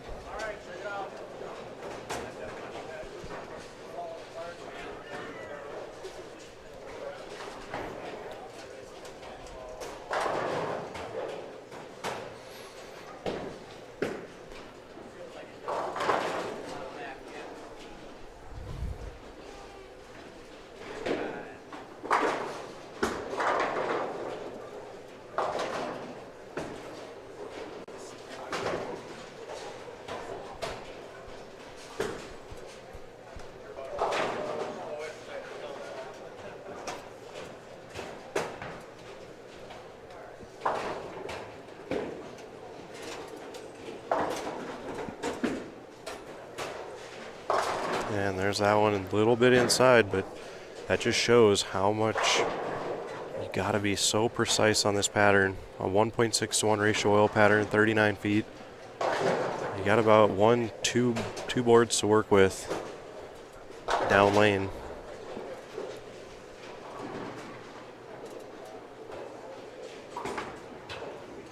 We get two. Okay. Just thinking that was going to chop that one there for Matt.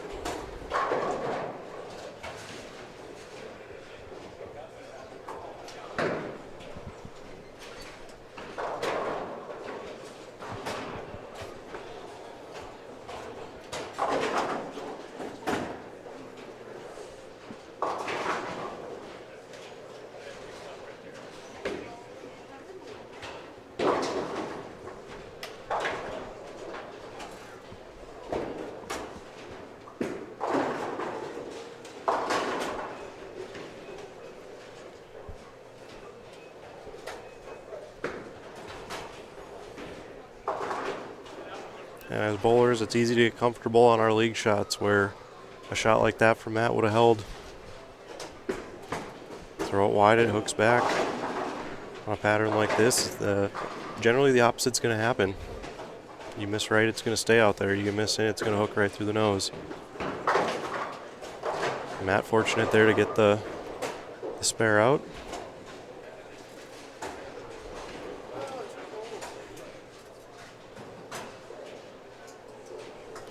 Watching the locals bowl on this pattern gives you a newfound appreciation for the pros and what they're able to do on similar patterns. It's hard as bowlers to not be able to see greatness because the obstacles are not visible to us. That's not saying these bowlers aren't good. These bowlers are phenomenal. But the professional bowlers at the highest level in our sport are even better. And it's bowling on patterns like this that really make that noticeable.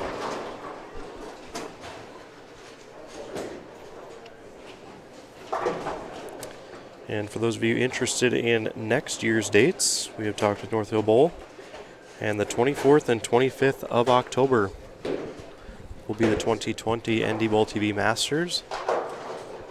we will give away a spot to the USBC Masters, the Senior Masters, or the USBC Queens, depending on the player that is to win the tournament. So come on out to North Hill Bowl next season to try your luck at a spot along with the prize fund money.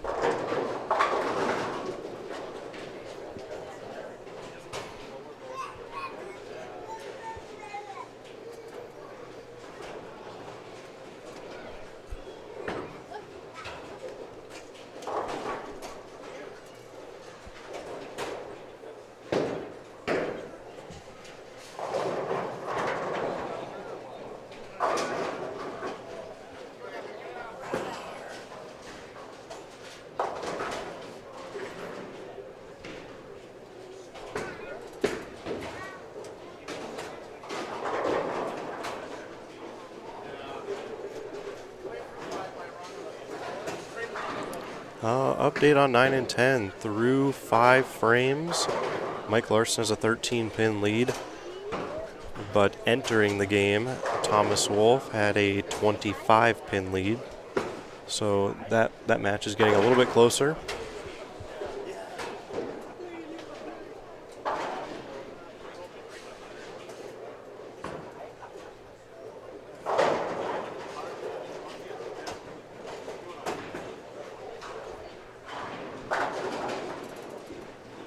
On the pair to our right, it appears in frame 5, Monique Lee will have a slight advantage in this game, but does trail the match by 40 pins.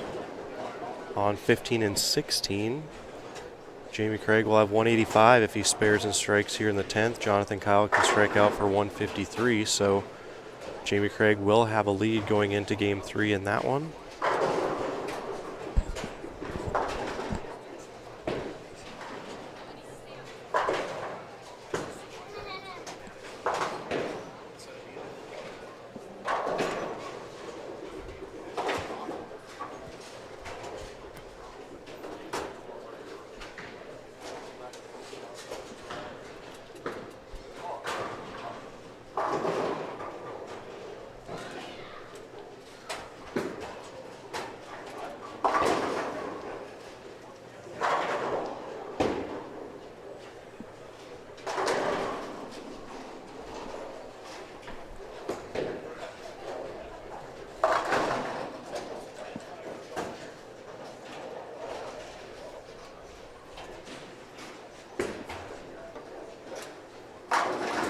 Looks like Andy Colomb is starting to lose his look a little bit here on that match to the right. Still has a decent lead in this match.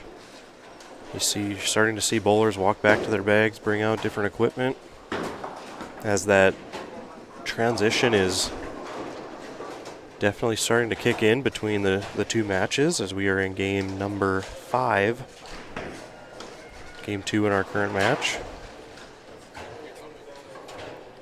Again, after this match, they will re-oil 11 and 12. We will determine our final 5 for a stepladder final.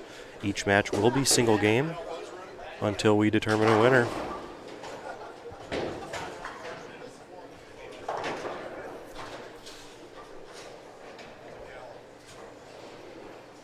So 183 for Jamie Craig in game number 2 gives him 344.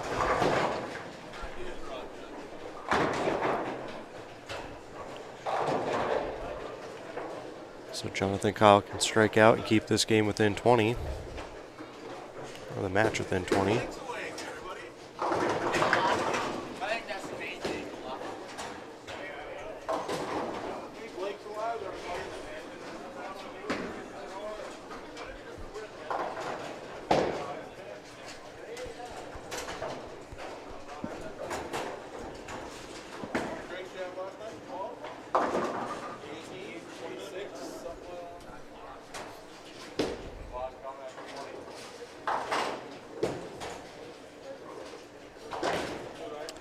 And Thomas Wolf, opening 4 out of 5 frames, now has a 97 in the 7th.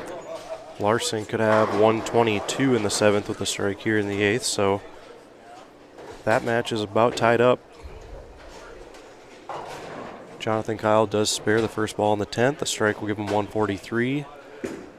Means a 40-pin win in the game for Jamie Craig. He was trailing by 14, so Jamie will have about a 26-pin lead going into the final game of that match. Monique Lee with a strike in the 7th frame gives her 108 in the 6th. A strike here by Andy will give him 100 in the 6th, so still a slight advantage for Monique in the game.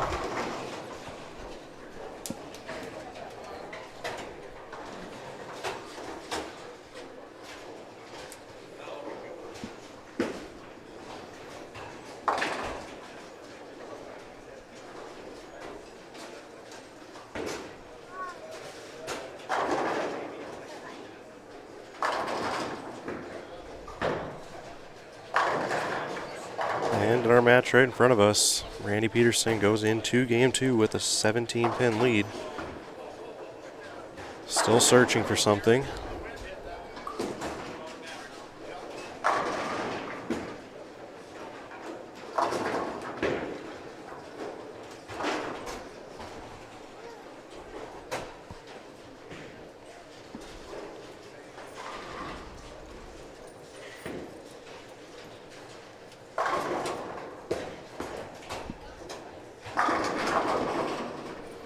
And Andy Colomb, just like that, goes up and throws a double in the 7th and the 8th.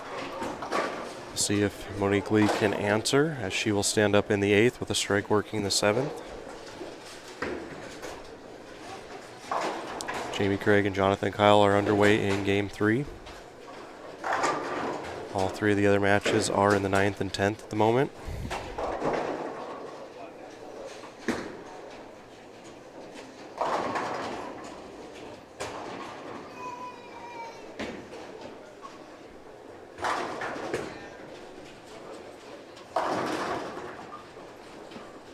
And just like that, we mentioned Thomas's 4 out of 5 opens. Goes up and puts up a double in the 8th and 9th.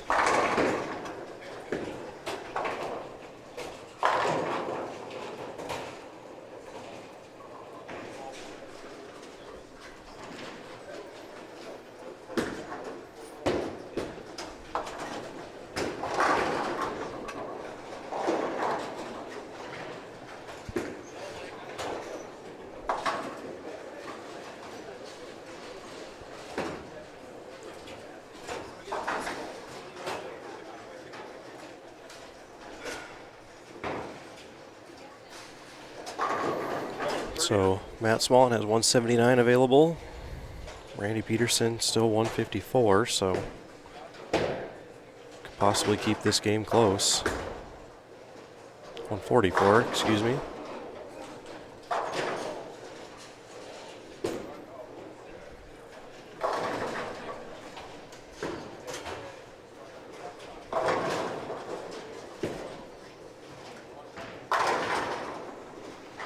Nice ball change there for Matt. Trying something different.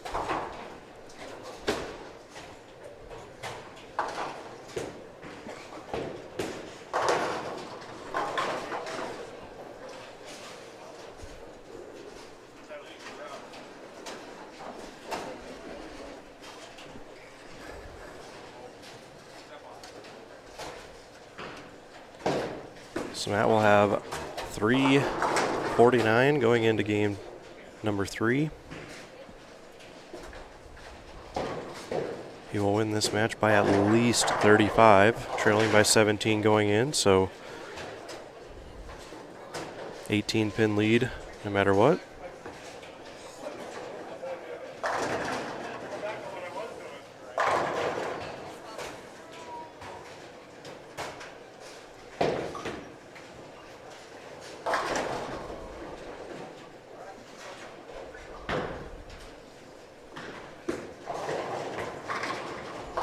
Randy moved a little bit to the right, but as you can see, a little miss to the right. It doesn't have a chance of coming back. So that'll put Randy in the 130s. And Matt will lead by roughly 20-some pins going into the final game.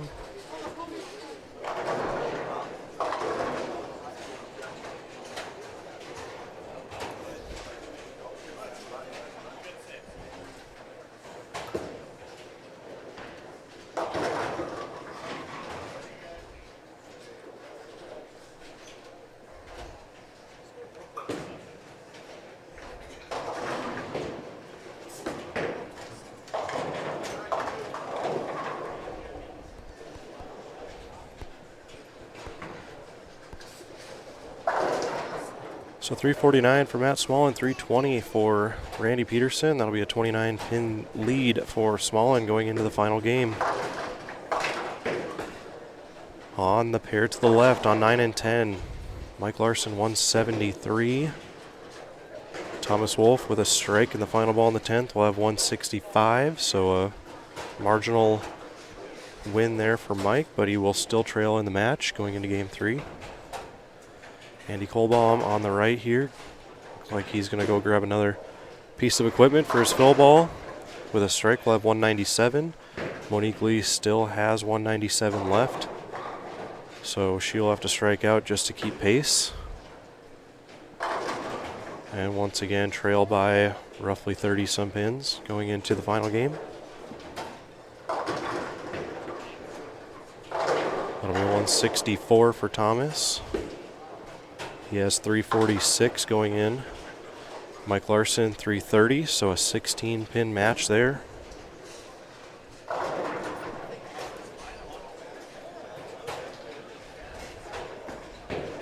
Jamie Craig 344, Jonathan Kyle 318, I believe that says. So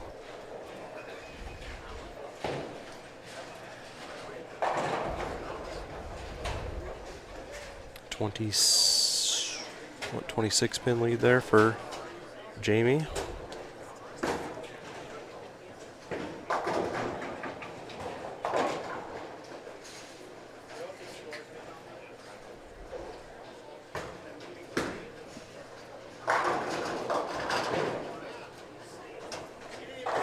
So now comes in the 5th seed. So whoever loses, there will be 4 losers here in this round. Whoever has the highest 6-game total of those 4 will advance to the Stepladder final as the 5 seed.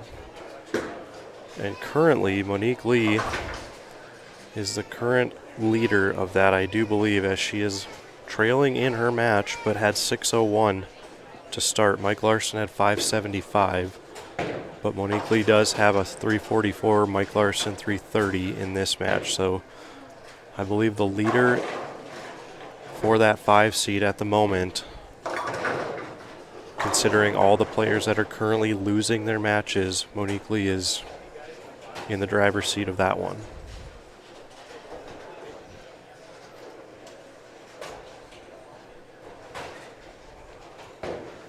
Currently, of the winners, Andy Colomb has a 408, which puts him at 50 under. Jamie Craig is at 344, which puts him at, let's see, 6 over. So it'd be 44 under. Okay. Roughly. My math ain't that good on a Sunday morning, but I think Jamie still has the advantage as far as the number 1 seed is concerned. But a decent game here for Andy Colomb, and a win could put him 1 win away from the USBC Masters.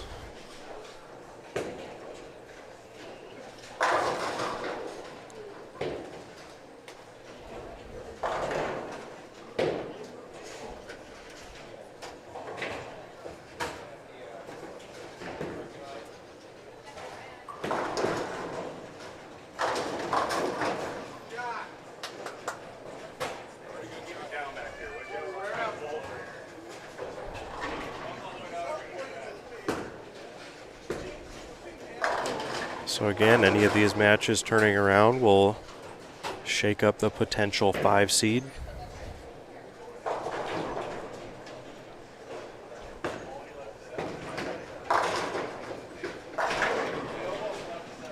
But as long as Jamie Craig wins his match, Monique Lee is currently in the driver's seat for the 5 seed. Depending on what happens. Remainder of game 3.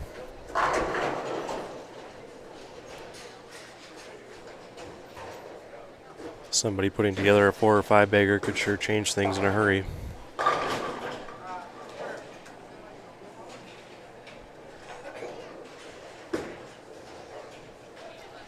shot was about straight up 10 for Randy. Does wrap the 10, but he's in the pocket. You can notice that if Randy were to miss that right a couple boards, a completely different reaction is going to happen. Same if, I guess, if he moves left a couple boards.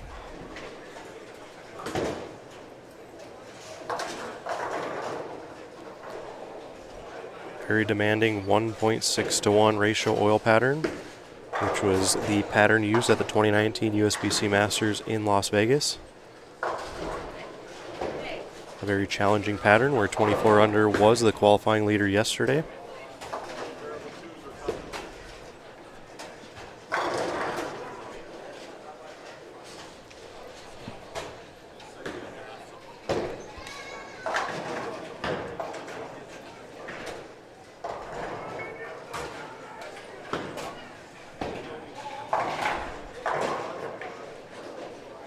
Looks like our first match that will conclude will be the Jamie Craig, Jonathan Kyle match, where Jamie Craig has roughly a 26-pin lead.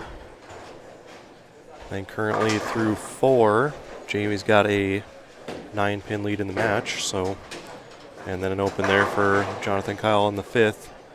We'll expand that match, that lead a little bit farther.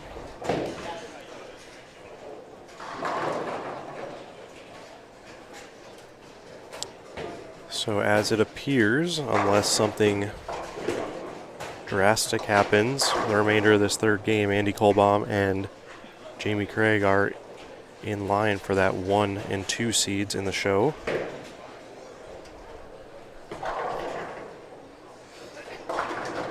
As they have the highest totals going at the moment. And a big double there for Andy, so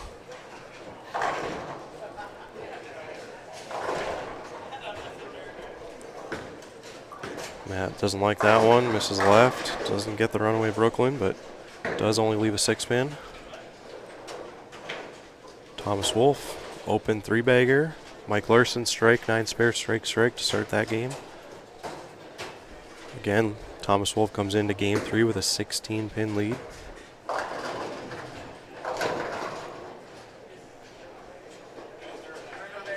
So Monique Lee is currently trailing in the match by 64 pins. So if you're her, you got to be thinking about, okay, you had 601 coming into this round. As long as you're have the highest 6-game total of the 4 that end up losing in this round, you will be the 5th seed in the Stepladder finals, which is on fresh oil on 11 and 12.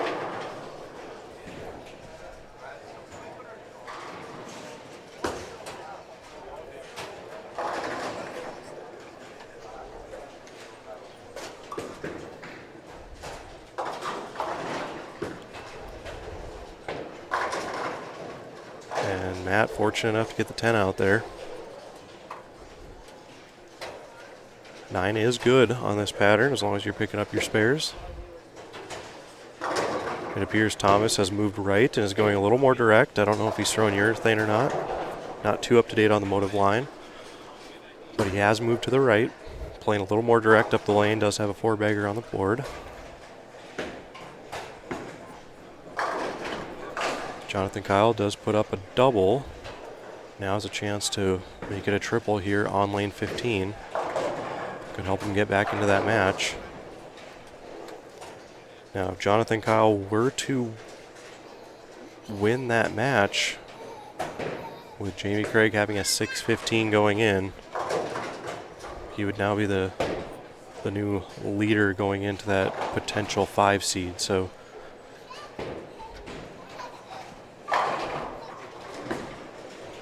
a lot of different scenarios can happen here.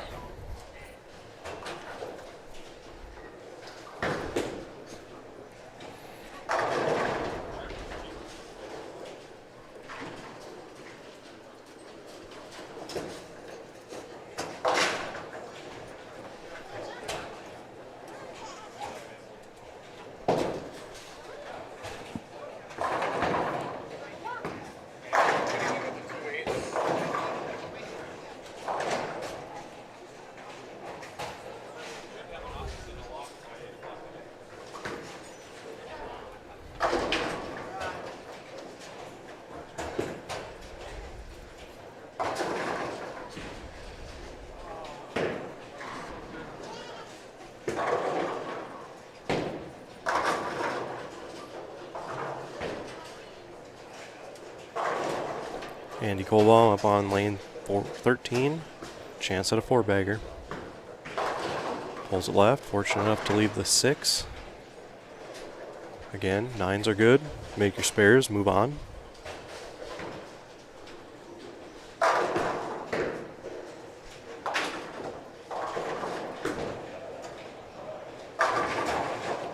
Jamie Craig with a big double in the 8th and the 9th. Answers that 3-bagger for Jonathan Kyle. That should all but lock it up for him, but we'll see how the 9th and 10th goes here.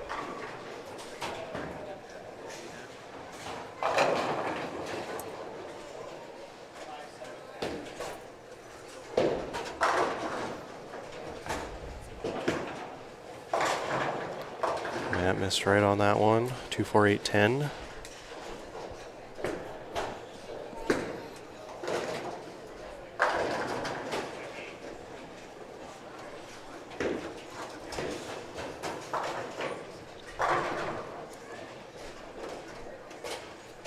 Jonathan Kyle does strike in the 9th, so he's got a 4-bagger going into the 10th. He's got to have all of them. Misses right on the first ball there. We'll give him 1, let's see, depending on what he gets on this spare here. It's a multi-pin conversion.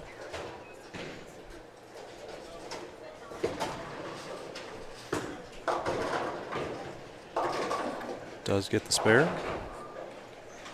So with a strike here, Jonathan Kyle will have 190, and Jamie Craig is already in the 170s without even bowling the 10th yet, and he's got a double going in. So it looks like Jamie Craig will be our first one moving on to the Stepladder finals. So it'll be dependent on the other winners to see where Jamie will end up. That 10th frame will be big for Jamie, as Andy is sitting pretty good going in.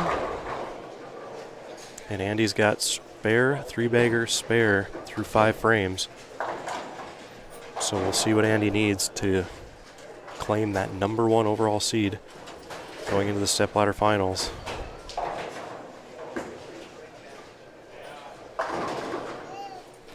Unfortunate break there for Randy with a 4-9. Big shot for Jamie. He strikes, so a 3-bagger going in. If he strikes out, he can shoot 213. We'll give him 557 to go with the 615.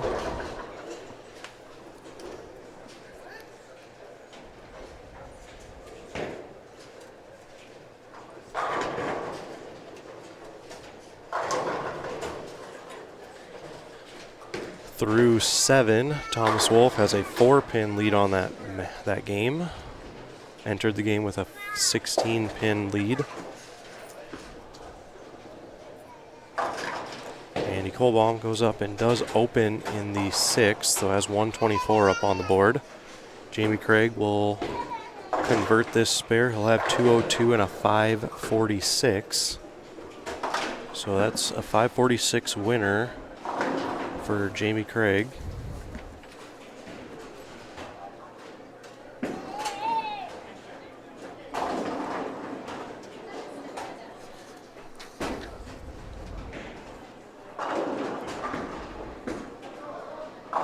Gives him 1161,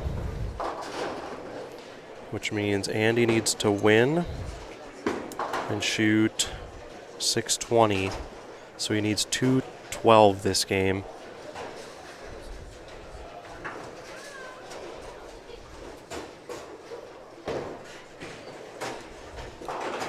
Jonathan Kyle finishes with a 188 and a 506.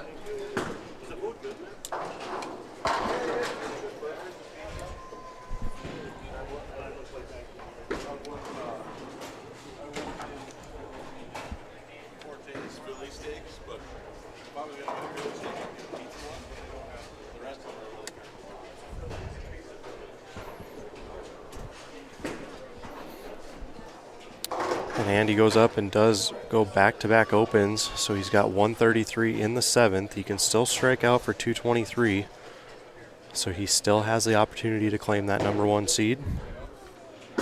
As of right now, 1161, Jamie Craig currently has that, as I don't think anyone else can catch him. As Matt and Randy are kind of making a mess of our featured pair here.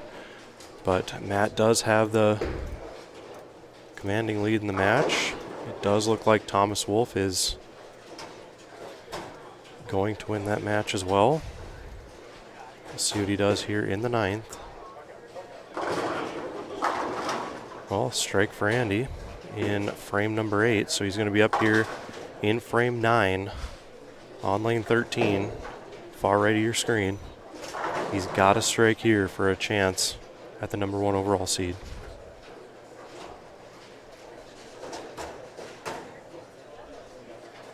And Monique Lee does have a 3-bagger on the board, so she is sitting in the driver's seat of that 5th seed at the moment.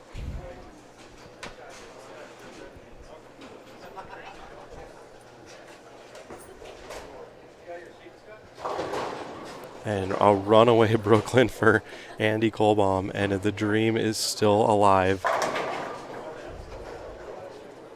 So he can stand up in the 10th and claim the number 1 overall seed if he strikes out. He doesn't even need to strike out, really. He does have to have the first one. First one, and I believe 9 spare, but I could be wrong. He might have to double. My math is slightly off this morning, but we'll see. Again, if you're watching, please share with everyone you know on social media. We are nearing the Stepladder Finals, the final 5 of the 2019 NDBowlTV Masters here in Minot at North Hill Bowl.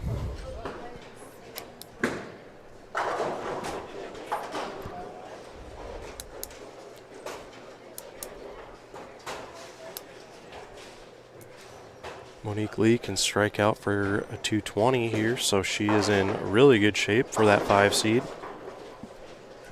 Having a 601 in the first round. And again, we will re-oil 11 and 12. All 5 bowlers will get 5 to 10 minutes to warm up on the fresh once again.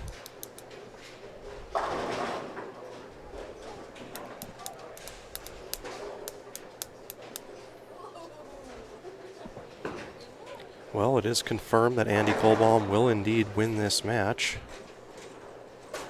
which is an important. So over to the left, Thomas Wolf finishes with a 174. If Mike Larson strikes out, he gets 190, and that's 16 pins, and they will tie. So Mike Larson up now on 10. He needs all 3 to tie. And he does miss, so that'll give a spot to Thomas Wolf in our stepladder final. And Randy Peterson making this one a little interesting, isn't he?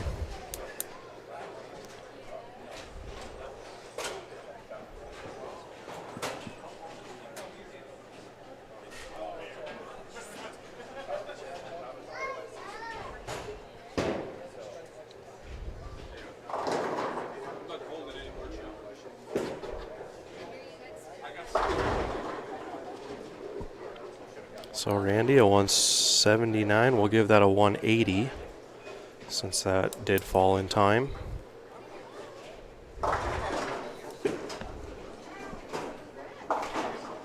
And he does miss the first ball there in the 10th, so Jamie Craig will be your number 1 seed at 1161.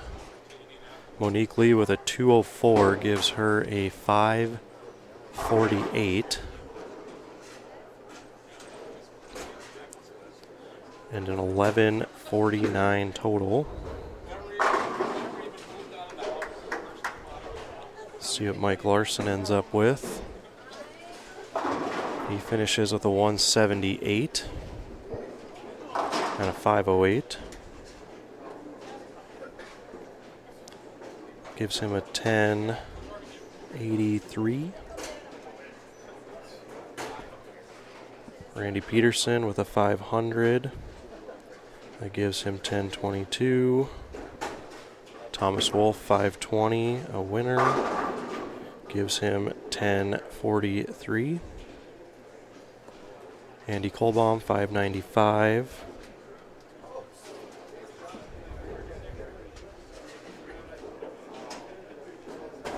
$11.37 for Andy.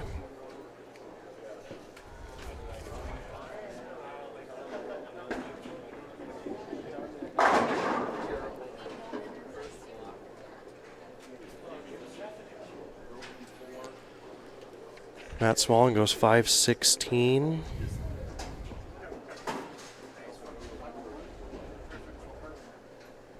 For a 1070.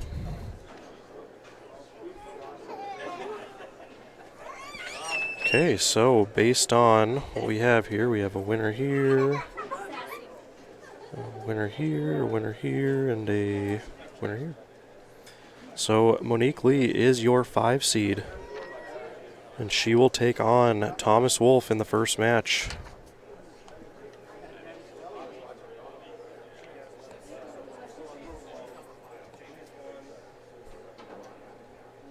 Okay, and our 3 seed will then be Matt Smallen.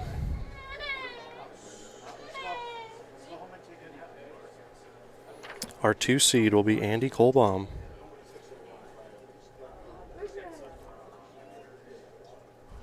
And then the number 1 seed will be Jamie Craig. So our stepladder finals are set. It's awfully quiet in here now that the lanes have shut off.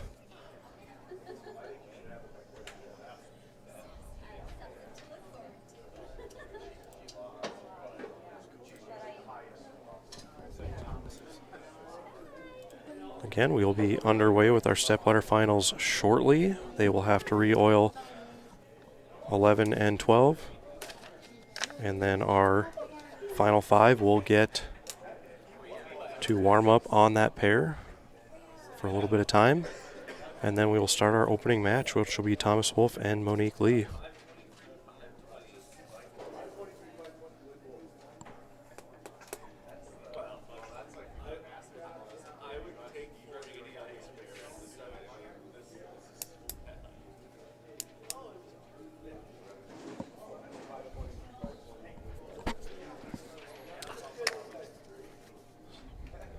Get Marshall to guest commentate. He has just left, actually, so correct, he has retired.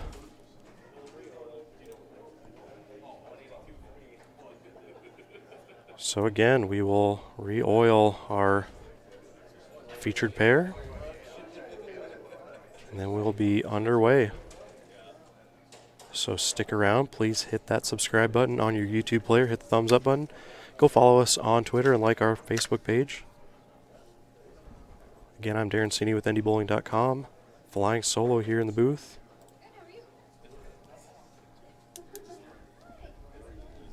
We got 4 more games to determine a winner and give away a USBC Masters spot.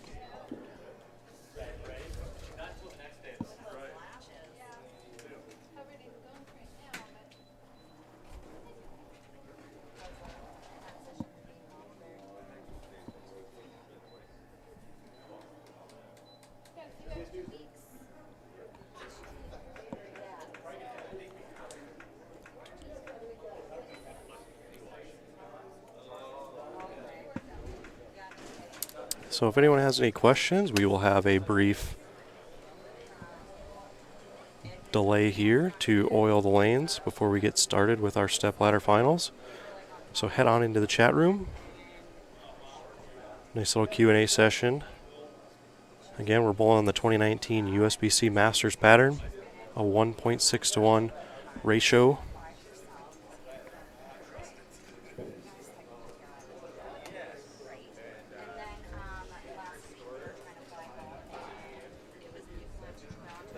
It's also a good time to remind everyone that Ebonite is the official bowling ball sponsor of NDBowlTV. A lot of good rocks out there on the Ebonite brand. Just released the black and blue GB3 as well as a magenta Destiny. The Futura, also a very good ball that I've seen a lot of people throwing at the U.S. Open this week. Again, you're watching NDBowlTV, the High Plains Bowling Network, which turned 7 on Friday. And again, stay connected to us on social media. Please hit that subscribe button. We are nearing the 1,000 subscriber mark. Hopefully we hit that this season.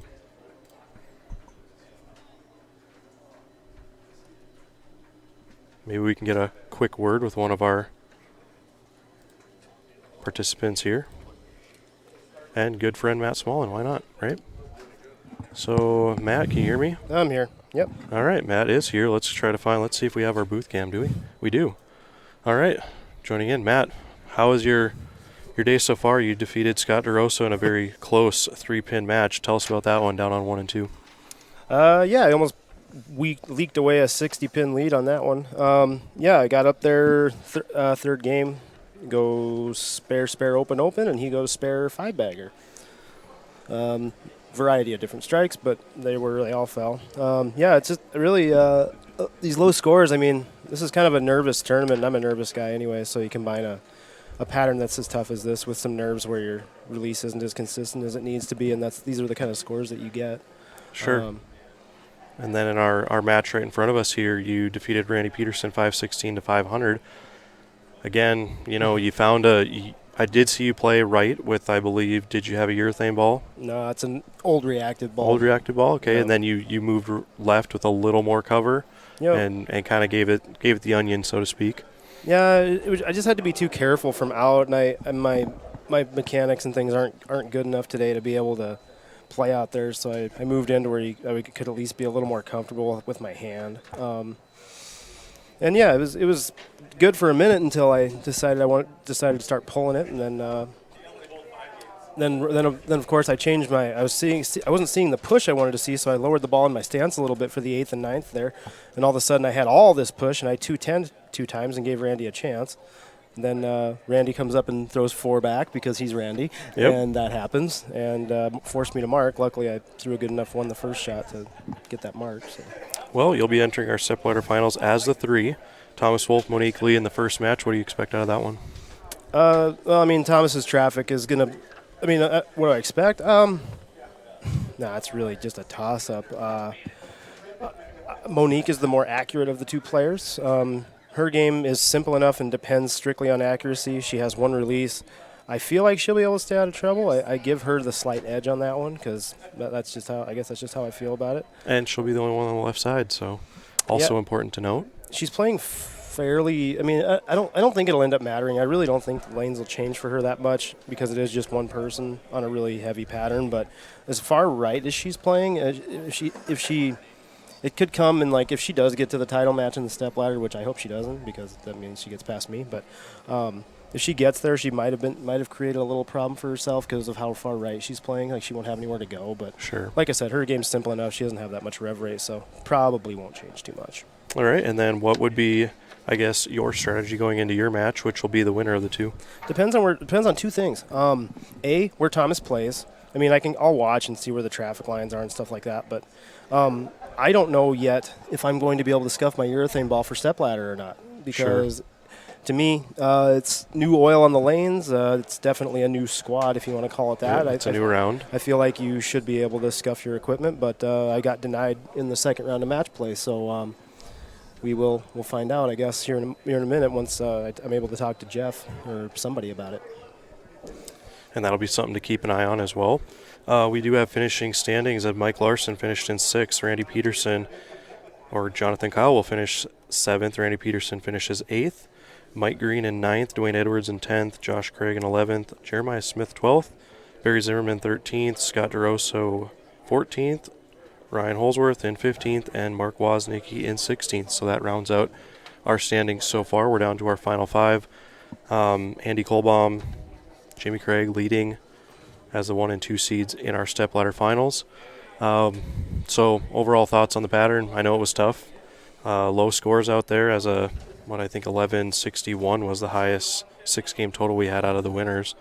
Oh, wow. Jamie dropped that much. Surprise. Yep, 546 winner in that match, but he was down on 15 and 16, which many people don't really care for Yeah, that's a tough in this house. But Yep.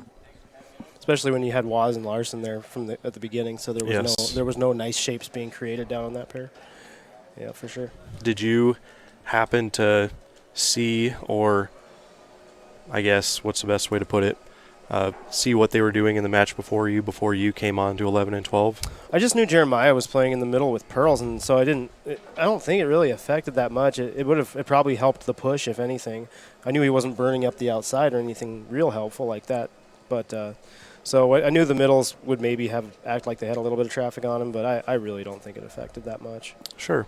I suppose there was only 3 games and he was the only righty, so. Yeah. All right, man. Just like Chad Nelson says when Langer jumps way in, oh, he ain't hurting us nothing, Yeah. as long as there's a pearl in his hand. Right? Yeah. Well, good luck in your match, whoever you face, and maybe we'll be talking to you later. Hopefully, man. Matt Smallen, everybody. And again, we are oiling our featured pair. They are now on 13 and 14 just to get the pattern back into the lane machine.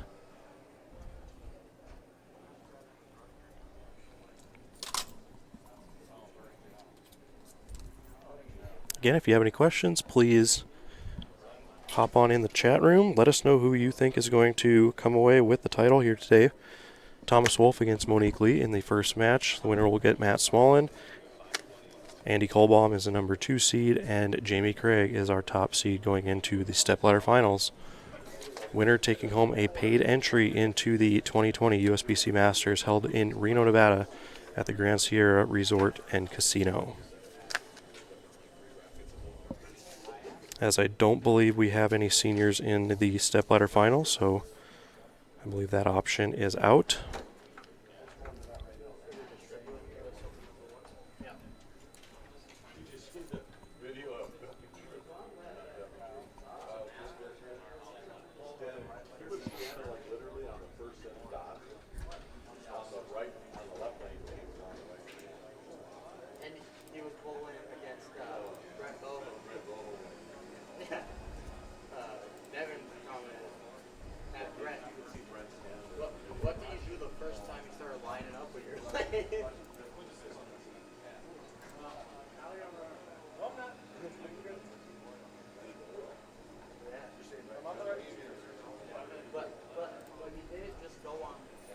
Again, our final 5 will get practice time on this pair. All 5 will bowl. And then we'll be underway with our first match.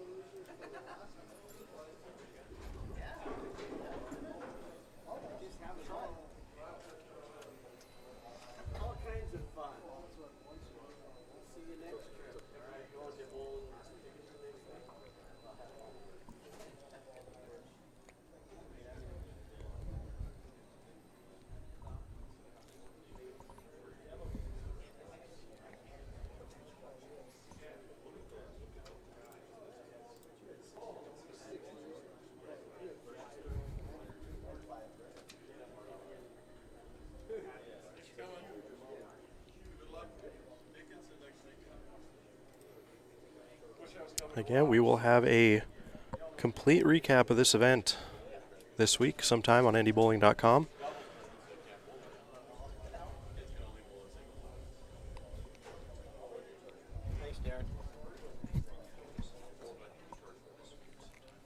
The next event on the docket will be the Proprietors Association State Scratch Doubles next weekend in Dickinson. That will not be on ND Bowl TV, but we will be covering the event on NDBowling.com. So be sure to check back to the website.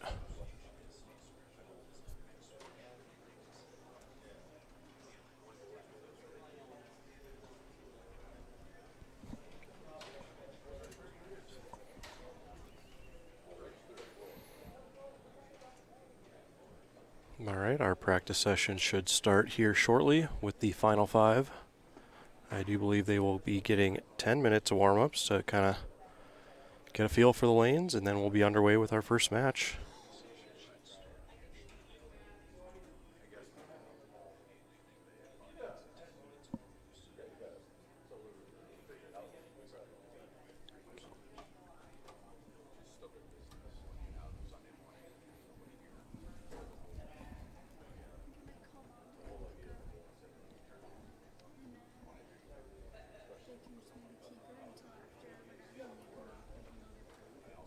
Yeah.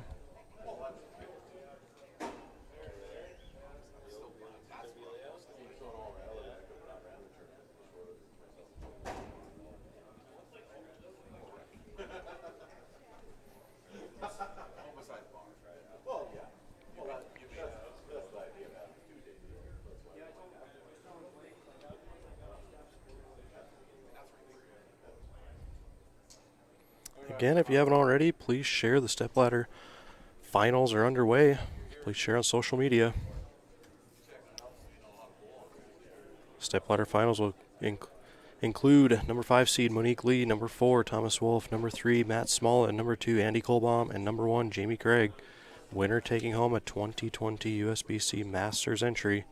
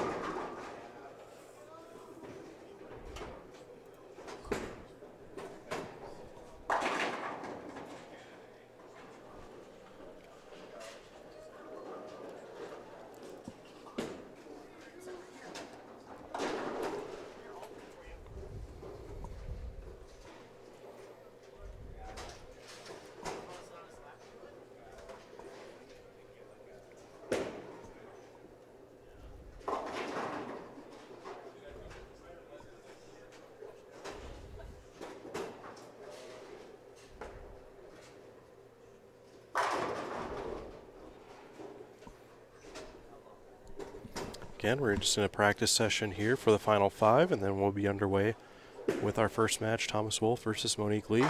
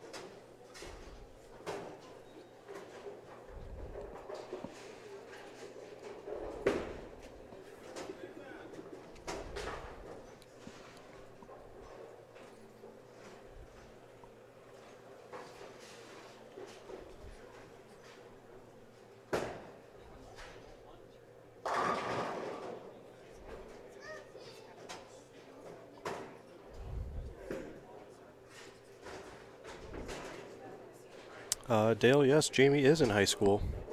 He is a senior in high school, likely bowling in college next year.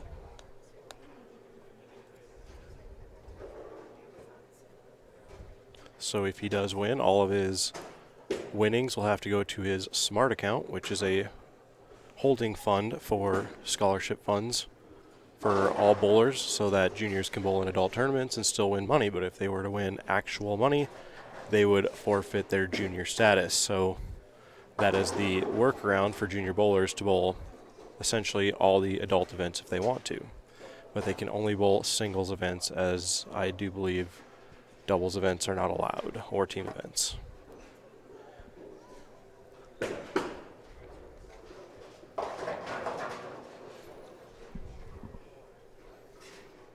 All right, we got about 3.5 minutes left on this practice session, and then we'll be underway with our first match. Monique Lee, Team Canada member out of Estevan, and Thomas Wolf out of Bismarck.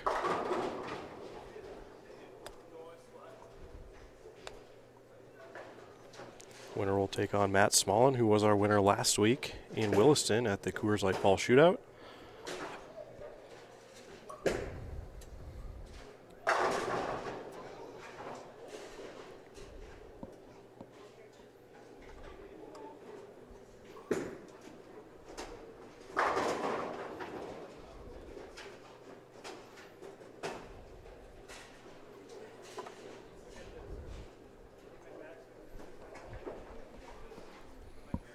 Again, if you would, please share on social media as we are about to enter our final 4 games of the 2019 NDBowlTV Masters here on the High Plains Bowling Network.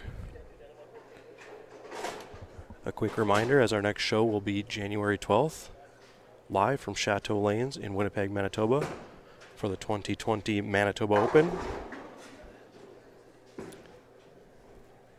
Look Look forward to once again calling the action of the season's first major.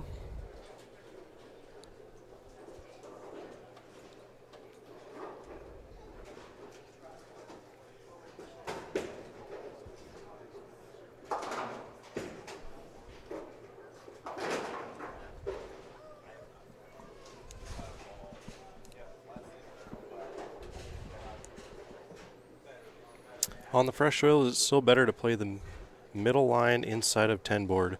That depends. I mean, you have a couple options on this pattern, as if you miss the oil line inside, it's going to hook a little more than, of course, if you miss out. But if you do have a ball with enough teeth to play the oil, the ball will hook from there. But as you could see by that shot that Thomas just threw, his ball was a little right of that out of bounds, and it just never recovered. Left himself a washout, and you know, it's a makeable spare, but not the easiest. And now we'll see Matt here. He's throwing a little bit further to the right, but again in the middle, trying to play where the friction is. But that's where on the fresh the line is so defined, and what these players are trying to do is, you know, burn themselves a hole up the right side of the lane in order to make that hook spot a little farther right. And what that'll do is essentially give yourself a little more room, give yourself a couple more boards of out room, so the ball will still hook if you miss right, which would lead to better scores. So like I said, you can play this pattern in a couple of different ways, but it all depends on how you're throwing the ball and what kind of ball you have in your hands. Because if you have a very aggressive ball and you want to play the middle part of the lane, it's going to start to read that dry really early. If you're going to go play the outside part of the lane and you just don't have enough teeth, it's not going to get around the corner. So you got to be smart with what ball choices and parts of the lane that you choose. And we'll see what these guys do. As you see Matt playing in the middle part of the lane, he's trying to find a ball that has enough teeth but still has built-in hold, since the middles do hook. And here we go. So Thomas, as the 4 seed, will have lane choice. And we are underway. Thomas Wolf versus Monique Lee in the opening round of our Stepladder finals.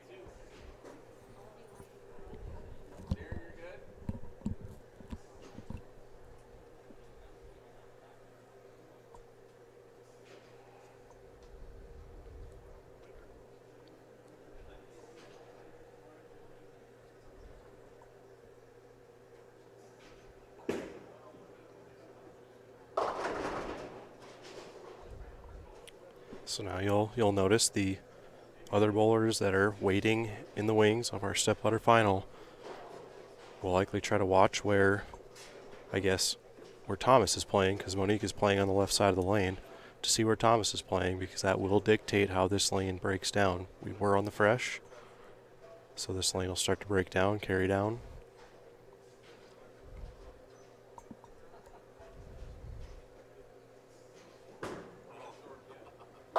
Thomas on the spare.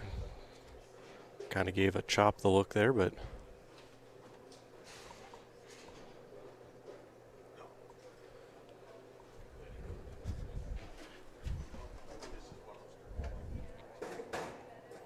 as we mentioned before, Monique Lee, part of Team Canada.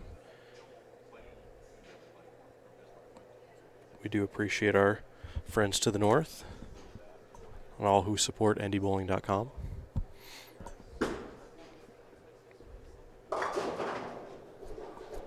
Not the easiest spare conversion left there. This is one of those spares that I would rather not have to throw at in a pressure situation.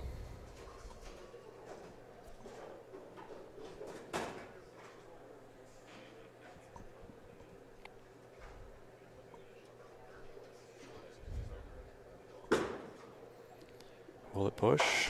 Nope. So an early open for Monique, but as I've said before, if there's ever a time to leave an open, the first frame is as good as any.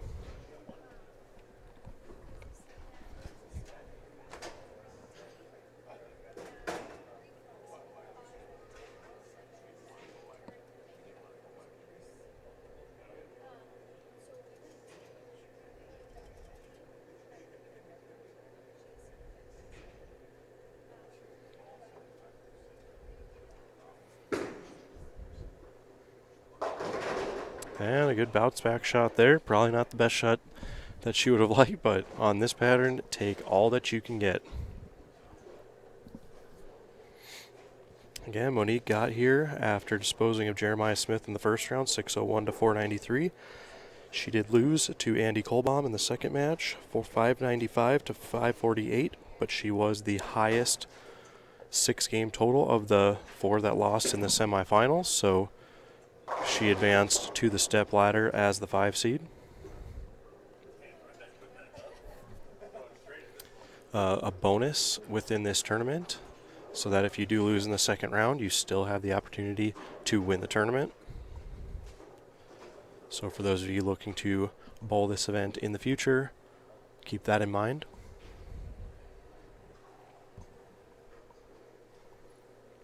And Thomas Wolf on the 5 pin. We have hands in the air for drinks if he misses. Covers a spare.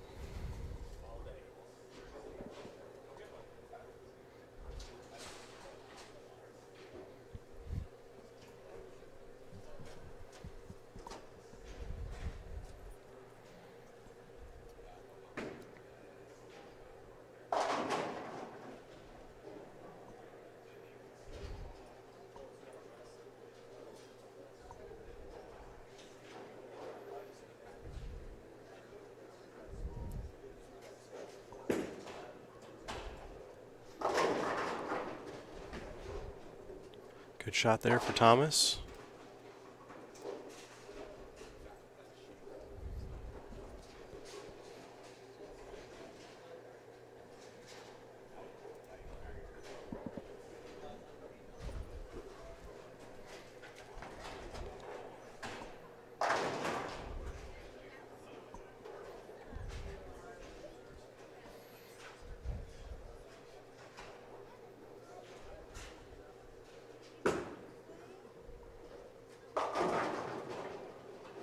Good shot there from Monique, just unfortunate break. Leaving the 6-8-10. It's been the problem for a lot of people on this pattern. They'll make shots, you think they're good almost all the way up until they reach the head pin, and it's going to give it a go. And slides it in front of the 8 pin. So an open frame there for Monique. Gives Thomas an early advantage in this match. Again, this is a single game match where the winner will take on Matt Smallen. Andy Colomb is the number 2 seed and Jamie Craig is the number 1. The winner taking home a spot in the USBC Masters next March at the Grand Sierra Resort and Casino in Reno, Nevada.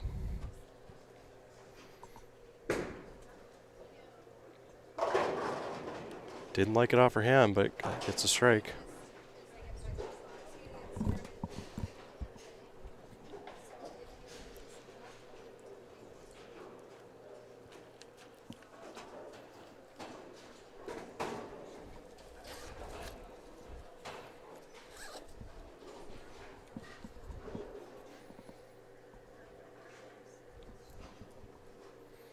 Thomas Wolf, frame 4.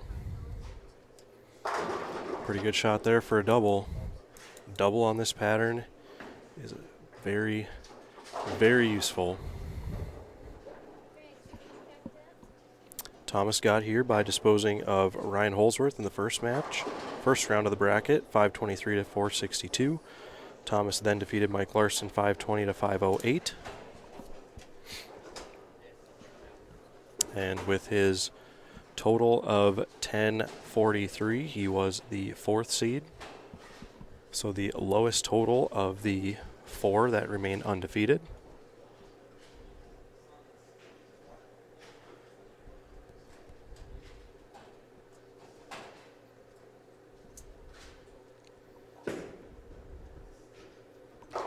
Got a little fast with that one, almost rolled a 2-pin.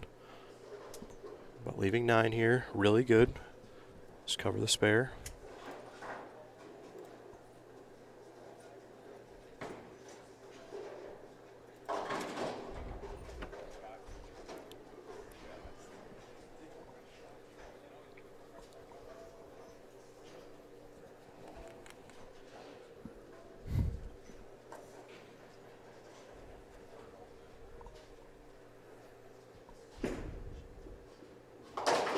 Okay, on the spare.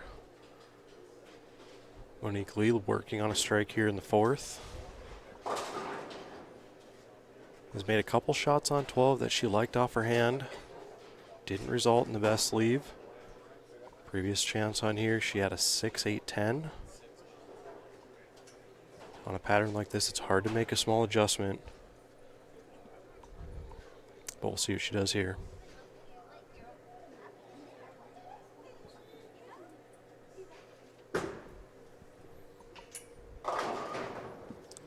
Probably made a small adjustment there. Fortunate to leave just a 3-pin.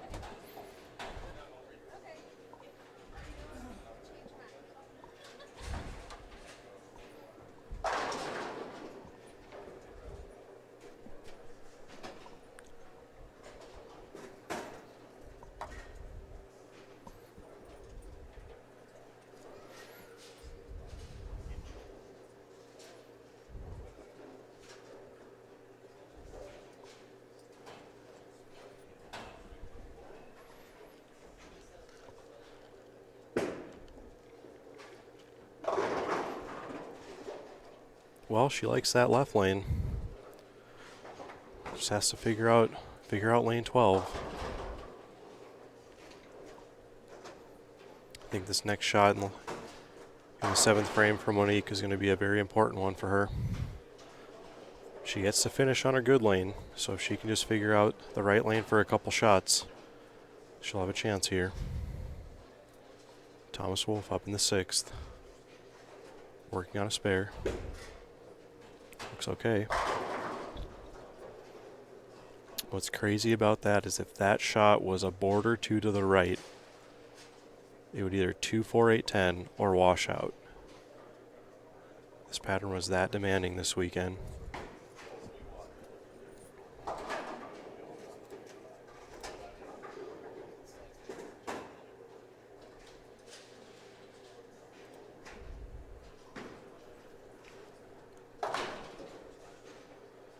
Again, if you haven't already, please hit that subscribe button to stay up to date on all of our shows.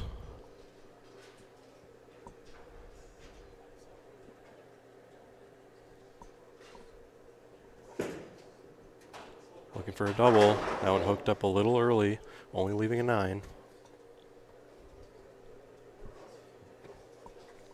Could tell in the middle of that shot he said something out there on the approach. Maybe the shot was a little slow, maybe he caught a little more at the bottom. But as precise as you have to be on this pattern, little tweaks like that are going to result in single pin leaves, sometimes opens.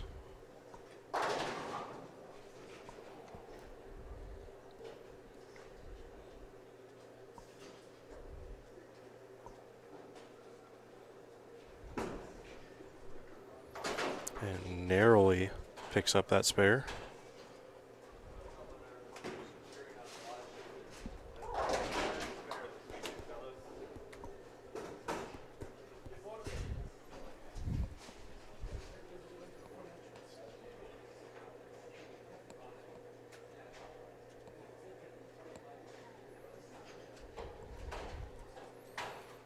Big shot here from Monique Lee.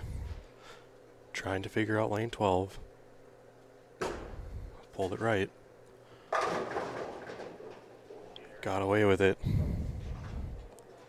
So now will Monique take advantage of her fortunate break there on 12. Put a little pressure on Thomas.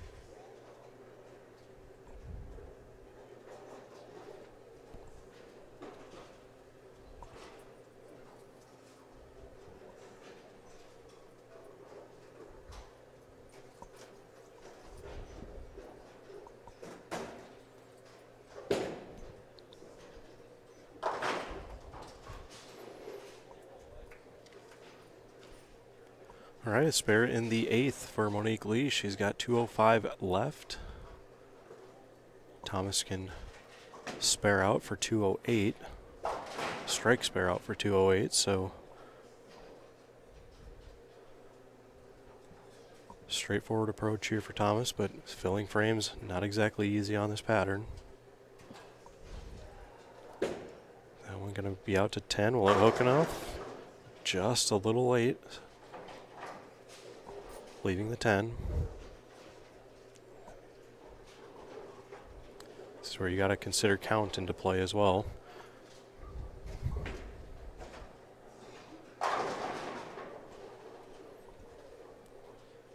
Thomas doing a good job staying out of trouble, filling frames.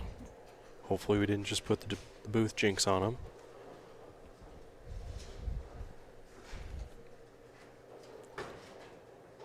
All right, on the spare.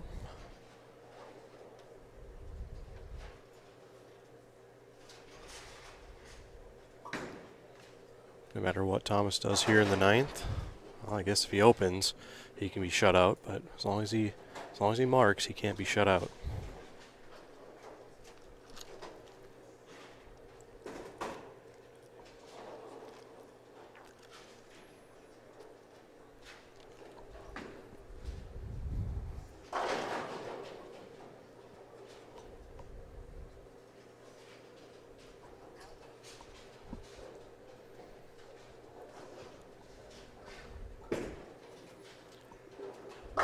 Pretty good shot.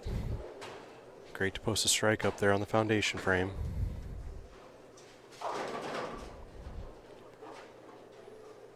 So Thomas can spare strike in the 10th for 2:07. Monique Lee needs a strikeout for the 2:05. Force Thomas to get a 20-pin fill. Makes a good shot on 12.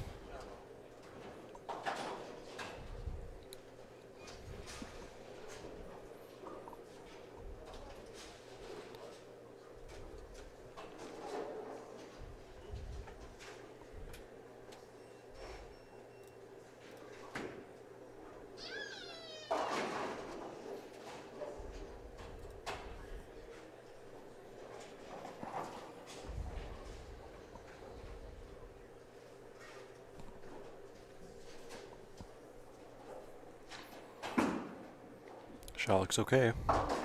Hooked up. Gonna leave a split, so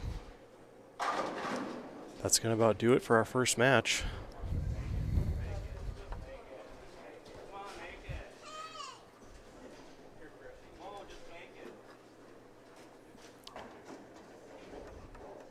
Great showing for Monique Lee as the only female to make the cut to make our stepladder finals.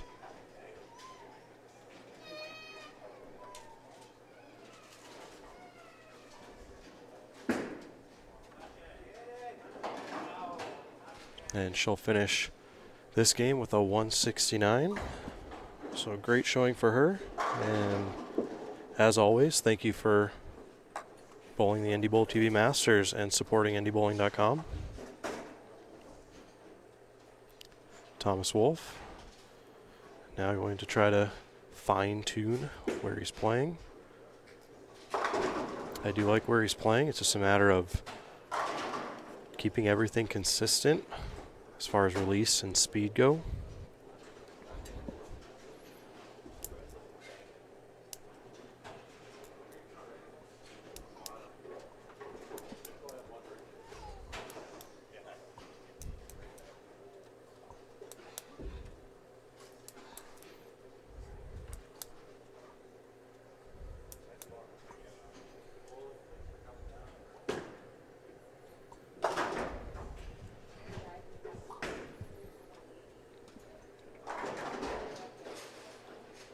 And a nice clean game there for Thomas, as he will move on to take on number 3 seed Matt Smallen. Matt will get 2 shots on each lane, and then we'll be underway in our quarterfinal match.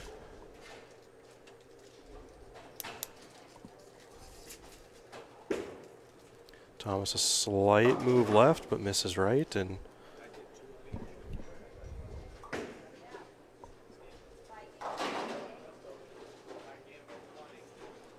so Matt Smallen will get 2 balls on each lane, and lane choice as a higher seed.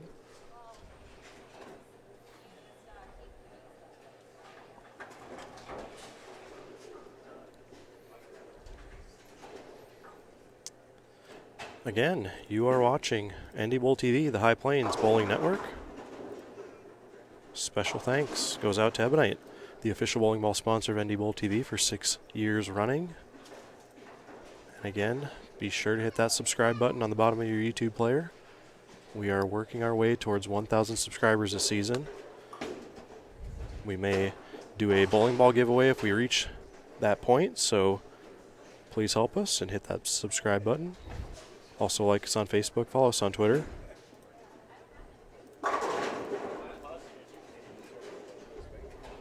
We're in the Stepladder finals of the 2019 NDBowlTV Masters here at North Bowl in Minot.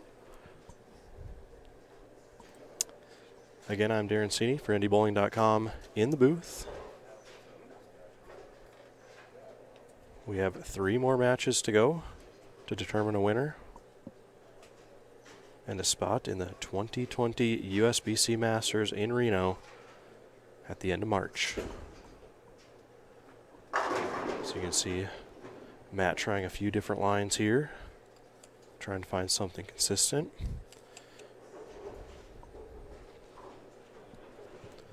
Again, there are a few lines you can play to get to the pocket on this pattern. I don't know if one or the other brings you a little more room or not, but I think it has more to do with what you're comfortable with, where you can repeat the shots, where you can be consistent. It's also important to note what line is going to allow you makeable spares if you miss. And when I say miss, it's only by a board or 2, because if you miss more than that, you're likely going to leave a split. You're likely going to open.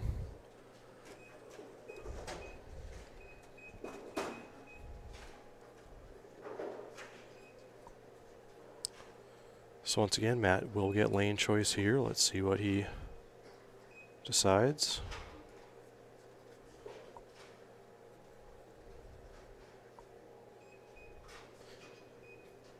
He is deciding to let Thomas start the match first.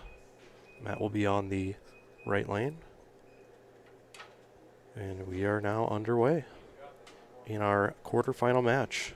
Thomas Wolf out of Bismarck versus Matt Smallen out of Minot.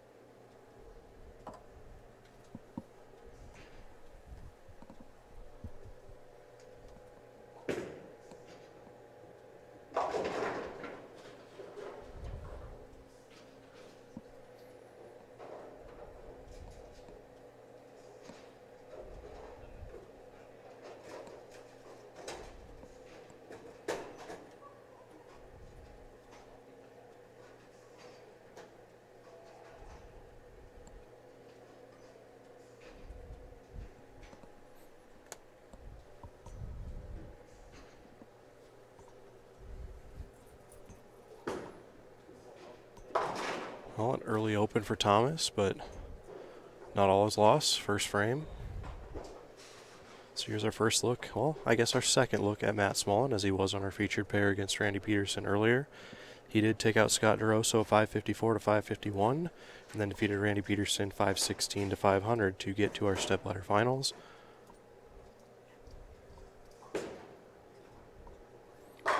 Playing a little farther right with quite a bit more surface, and that ball hooked up just nice. So as we were alluding to earlier on the show, it's okay to play right as long as you have enough teeth and enough rev rate to get that ball to face up. Now if Matt were to miss a little bit to the left, that ball is going to pick up, hopefully still catches part of the head pin and leave something makeable for him. But we'll see how playing this part of the lane does for him, because he's probably going to be the only one playing over there.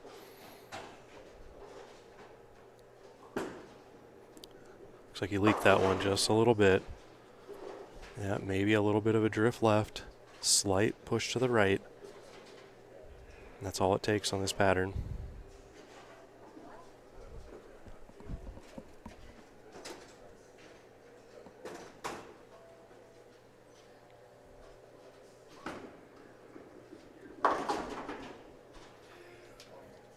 Alright, so Matt just gives it right back to Thomas. Thomas now up in the second, looking to get comfortable.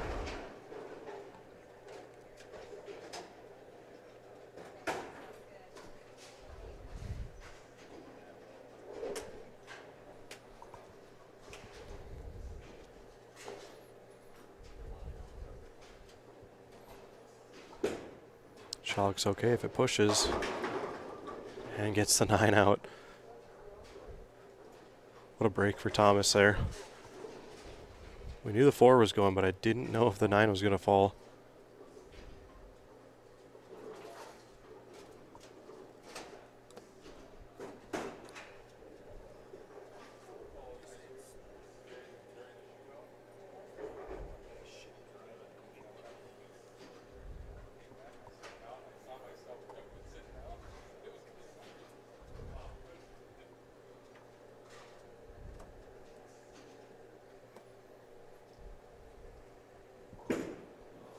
That one's right.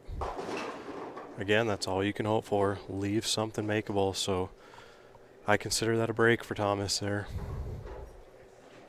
Leave yourself with a 8 count head pin combination.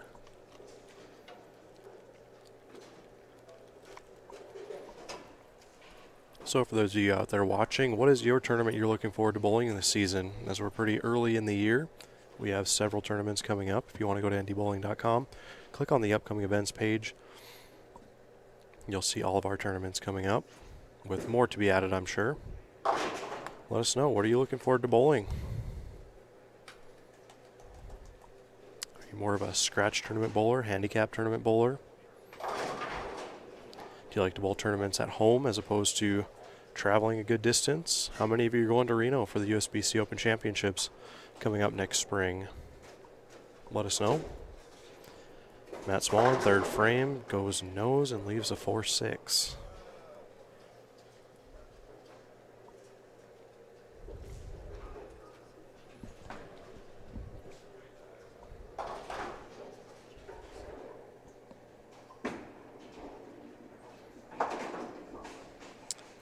I personally will be getting my first tournament action next weekend in Dickinson at the State Scratch Doubles event, which we will be covering on ndbowling.com.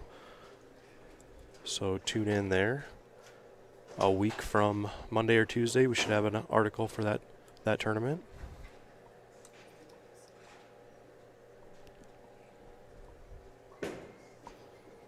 Ball change from Matt, same line. Ends up getting a strike there on 11.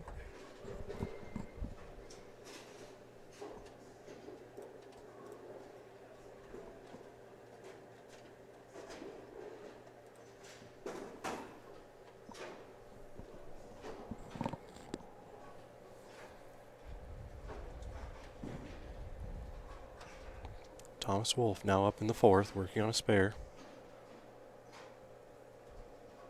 A little right.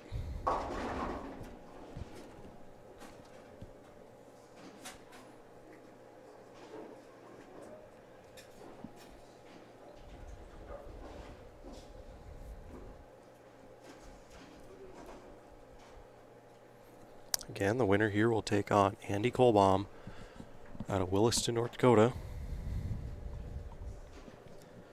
I do recall Andy bowling last week at the Coors Light Fall Shootout. Wasn't exactly happy with his performance, so he's got to be satisfied with making our Stepladder finals here and a guaranteed third place finish at worst. It'll be the first time we will see him on NDBowlTV. So hopefully we have a lot of Williston fans out there and it's watching. And our top seed, Jamie Craig, waiting in the wings. Senior in high school. Which I do believe he will still have the opportunity to bowl in the USBC Masters, just having to defer all of his winnings to his Smart account as in the form of scholarships. So all of our bowlers left are eligible for that top prize of the prize fund and the Masters spot.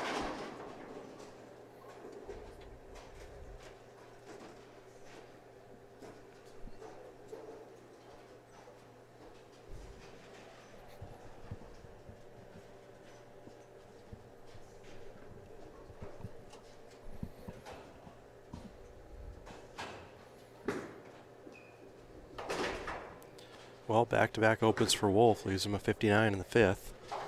Big opportunity here for Smallen to take advantage. He's going to go with that ball change on the right lane as well. Where he's playing, though, if you leak this ball just a hair to the right, it's likely you're going to leave a split combination. That was pulled left. Gets away with it. It's a big break for a double.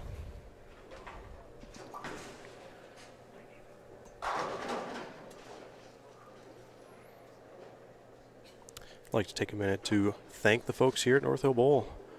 Renee Shirley, Jeff Craig, Rory Selk for being very accommodating for NDBowlTV to come in and cover the event, as well as adding $2,000 to the prize fund to help pay out $1,000 for the winner with only 34 entries.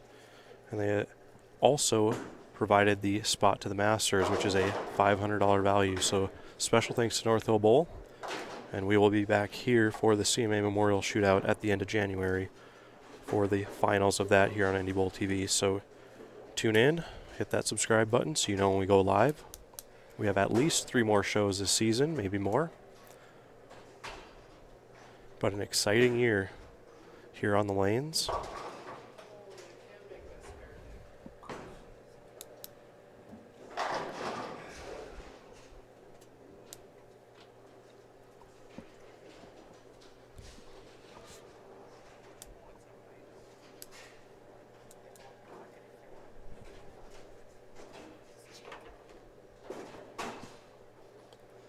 All right, Thomas has to get something going. That looks okay. Okay. Not only do you have to play the right part of the lane, throw it good, but you got to carry too. So fortunate there to get that one to carry. Now a big shot here for Thomas in the 7th. Got to make a good shot. A double would be big here.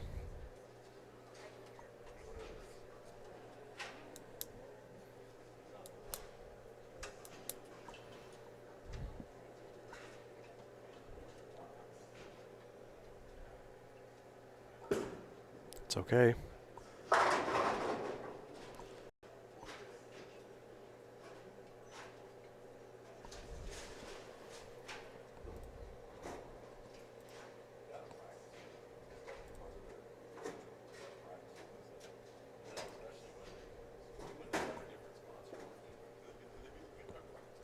Smallen now up in the 8th, working on a spare. Doesn't like it. Well, just leaves a 6-pin.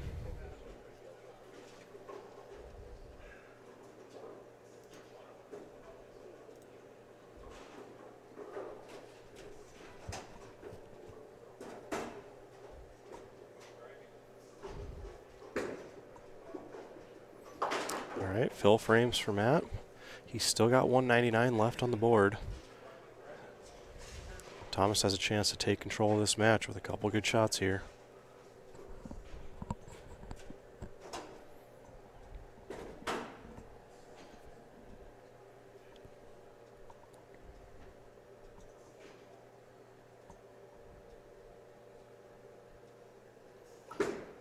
Pulled left. Is he going to get lucky? Okay, leaves a 5-9. Right away off his hand. He didn't like it.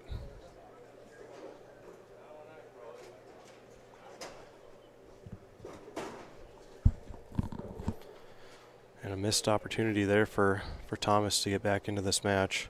He'll now enter the 9th down at least 20 pins.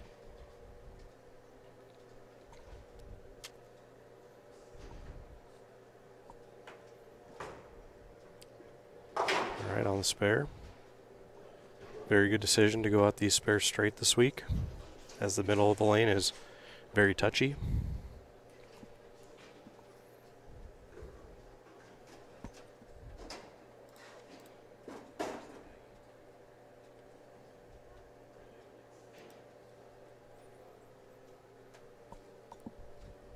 Got to put up an X here if you're Thomas. Make a good shot. Hopefully you can get them all to fall.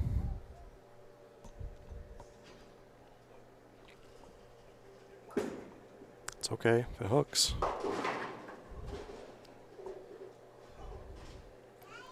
Looks like he got that one off on the right line, just never picked up in the mid lane where he was expecting it to.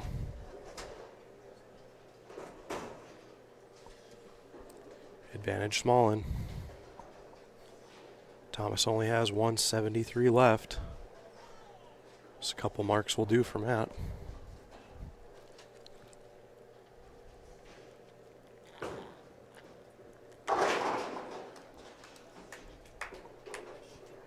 Matt does have 6 in the count column, so as long as he gets good count and puts up a couple marks, he will advance to face Andy Colomb in the semifinal match.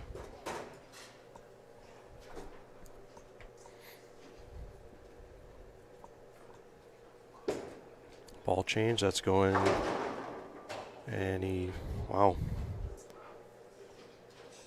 That one looked like it was going to fall, and 5 pin. Not the easiest thing. Once again, better be safe and throw at it straight. Lets the crowd know that he will not be buying drinks this afternoon. All right, 15 pin match going into the 10th.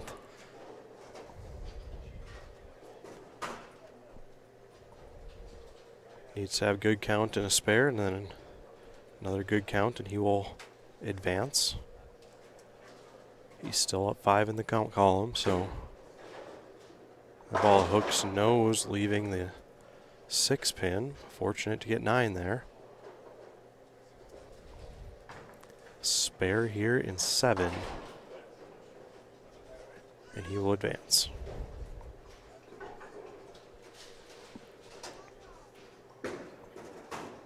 Okay, on the spare, Matt Smallen needs 7 to advance to take on Andy Colomb in the semifinal match. And despite needing 7, he is going to the bag for a fill ball.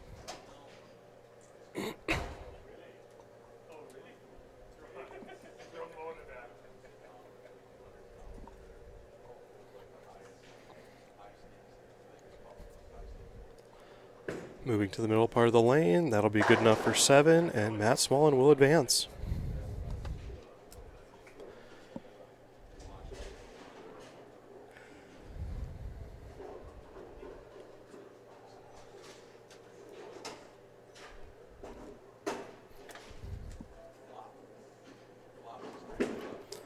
Good run for Thomas Wolf here at the NDBowlTV Masters. He will finish in 4th.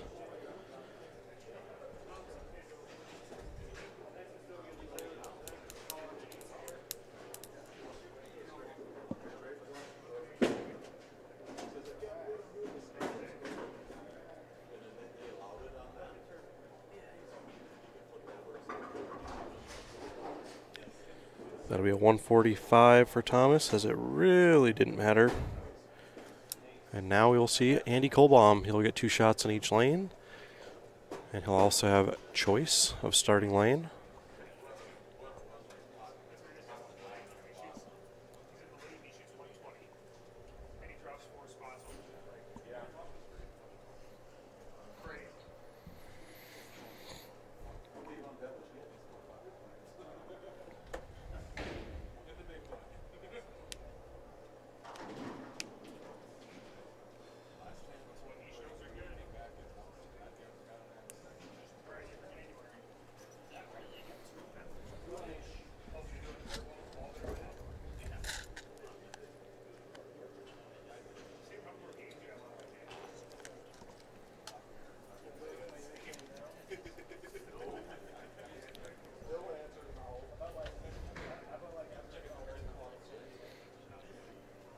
And we'll see Andy Colomb here out of Williston, North Dakota. He did take down Barry Zimmerman for 542 to 515, and then defeated Monique Lee 595 to 548.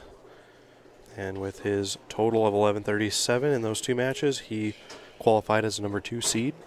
The winner in this match will take on Jamie Craig in the finals for a chance at the USBC Masters, a $500 value to go along with the top prize of $1,000.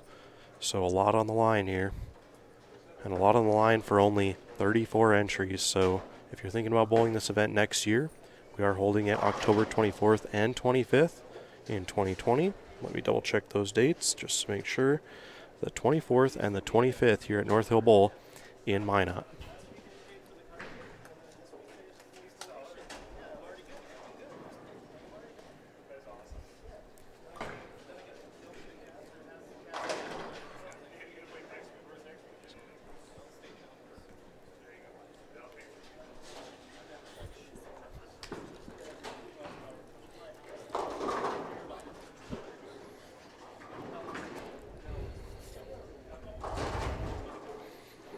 Again, I hope everyone's having a wonderful Sunday afternoon. We're in our semifinal match here in the 2019 NDBowlTV Masters at North Hill Bowl in Minot. Andy Colomb against Matt Smallen. Matt won our tournament last week in Williston, taking home a $1,700 top prize. The top prize here this week is $1,000, with as well as an entry into the USBC Masters in Reno at the end of March. So Andy will get lane choice, and he has decided to start on the right lane.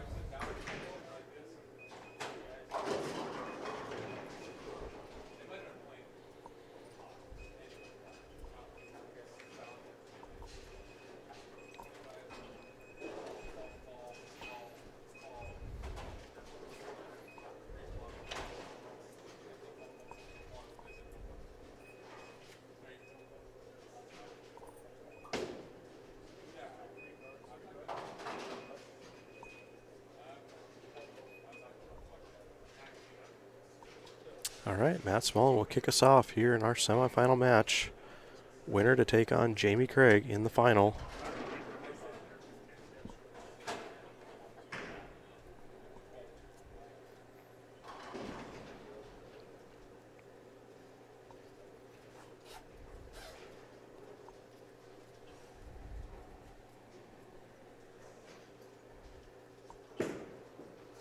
First shot off that ball change. Still looks pretty good out there for him.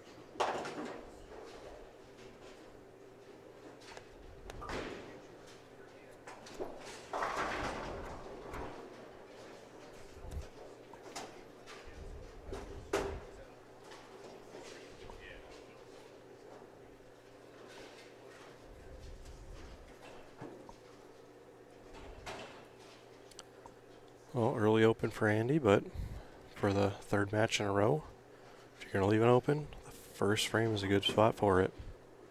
Second frame, same result. So ball just not picking up like he's expecting it to. Maybe a slight adjustment here for Andy coming up in the third frame.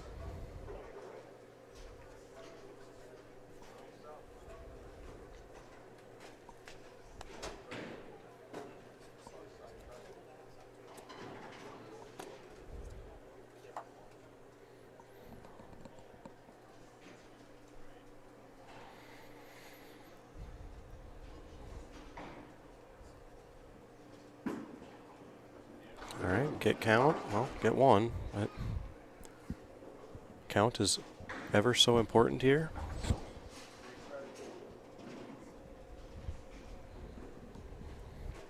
Got an early opportunity here for Matt to take advantage of those opens by Andy and get out in front of this match. It's got a hold, and it does. Big double. Anytime you can get a double on the board on this pattern, you're gaining ground on your opponent for sure. They have been few and far between.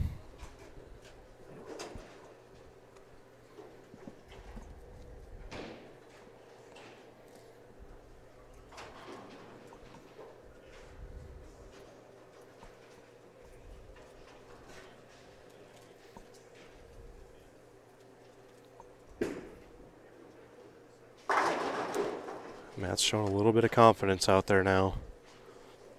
Early in that match against Thomas, he was trying to kind of place the ball out there. That one, he committed to the shot, let that one go with confidence.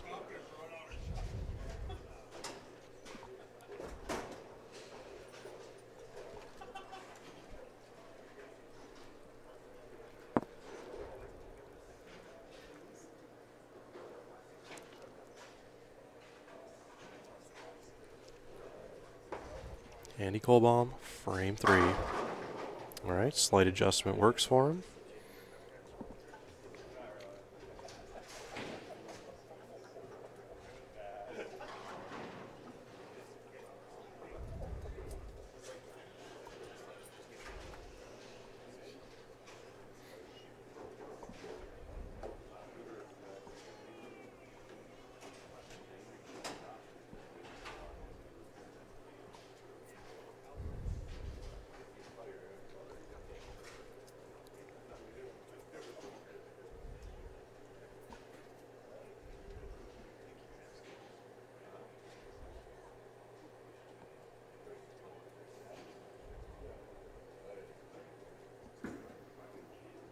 Look for a double, and he gets the break. That was such a good shot, but it just was a touch slower than his other one, and that one hooked up. Fortunate enough to carry out the 4-7-10. Matt Smallen working on a 3-bagger up here in frame 4.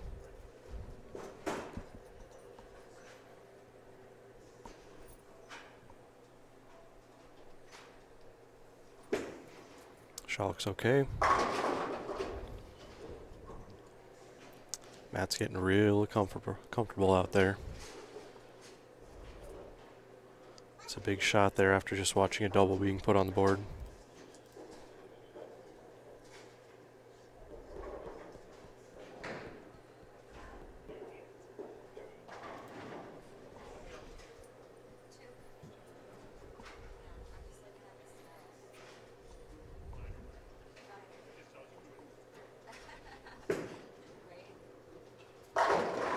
Ball's rolling real nice for him. Opening up this match with a 5-bagger.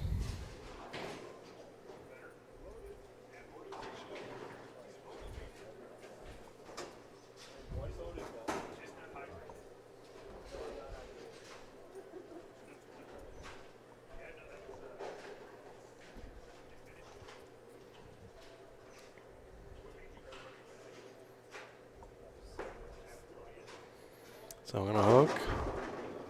Got that one a little wide. Makes you wonder if he made a slight adjustment off of that trip 4-7-10 in the 4th frame. Try to get the ball down the lane a little farther, but this pattern is so touch and go.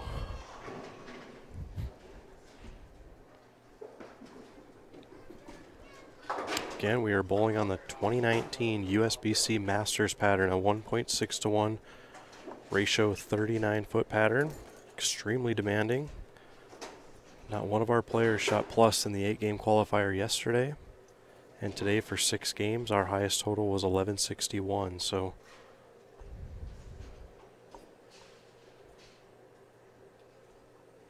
Ken Fletcher, thank you for joining us.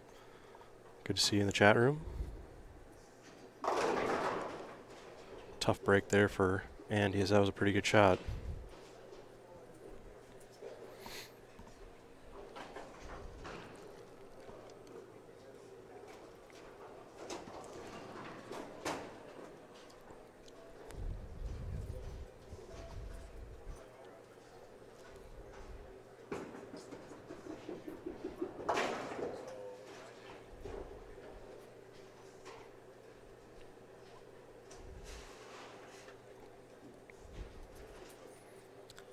Well, Smallen's in complete control here.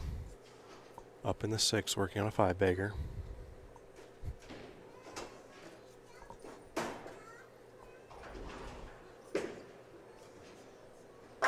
He's got a little bit of room. Ken Fletcher, wish he could be here. Yeah, so do I. Because I am a guy sitting here talking to myself. So, as many of you know, Ken is my co-host here on NDBowlTV. He hasn't been able to join us the last 2 weeks. But he will be with us in January as we call the finals of the CMA Memorial Shootout. At least I hope you'll be here anyways. That one, the final Sunday in January.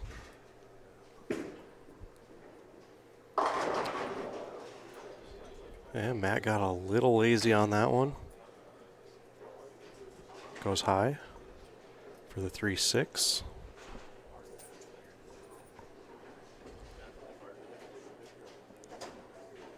Do want to thank each and every one of you for watching at the moment. Please let your friends know, and please hit that subscribe button, as our latest count is 785 subscribers, as we are trying to get to 1,000 this season. So let your friends know. Please hit that subscribe button. Also, click on the bell to receive notifications as to when we go live. We'll try to bring more content to you this season, as we have at least 3 more shows. Colomb in the 7th. That one's wide. All right. Just leaves a 1-2. But at this point in the match, when you're staring at your opponent with a 6-bagger on the board, it's pretty hard to come back from that.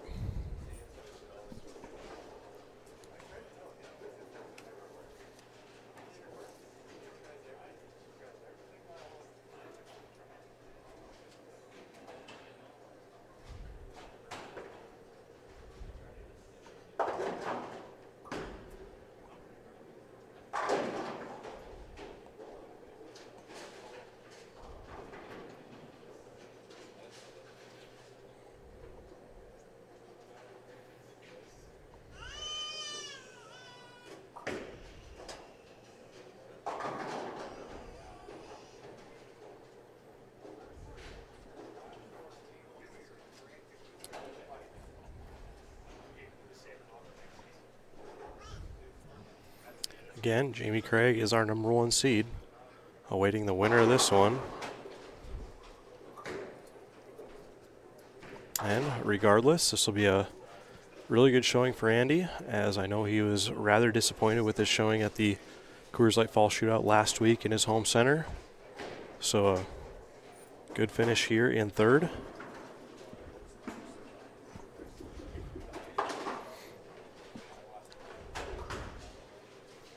And while the match isn't over, Andy can only max out at 190, and Matt's already in the 2 teens, so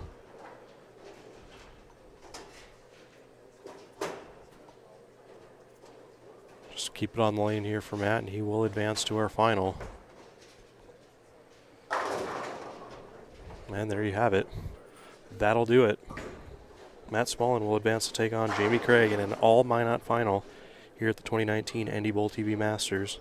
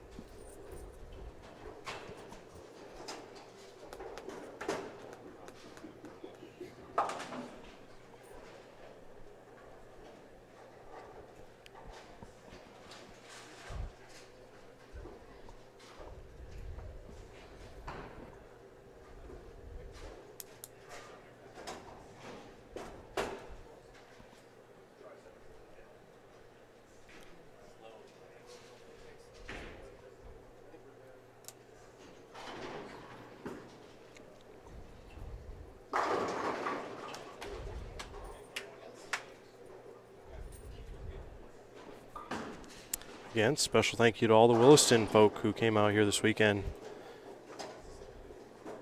and bowled the tournament.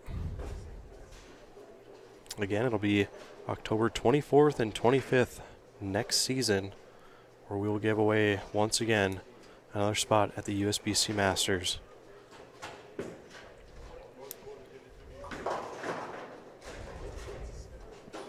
We will look to get a little more sponsorship money into that event, so I would expect the payout to be similar, if not a little better as well. 34 entries this week, and the winner is going to take home a cool $1,000 plus a spot at the USBC Masters. So, pretty good value. And that'll do it. Pretty big game put up there by Matt Smallen, as he's looking to win in back-to-back weeks on NDBowlTV. A 166 game for Andy. He will finish in third.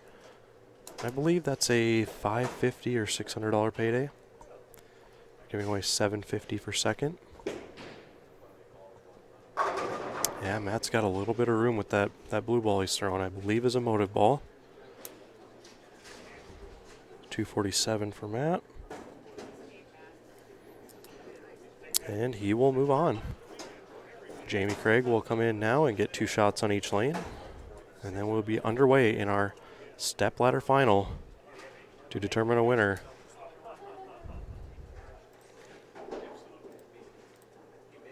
Again, special thanks to Ebonite, the official bowling ball sponsor of NDBowlTV for 6 years running. And if you would so kindly, please like us on Facebook, follow us on Twitter, hit that thumbs up button at the bottom of your YouTube player, as well as the subscription button. We do appreciate that.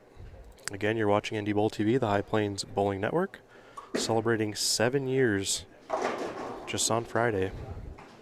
And I do believe next season's show here at the NDBowlTV Masters will be on our 8th birthday. So it's been a good 8 years.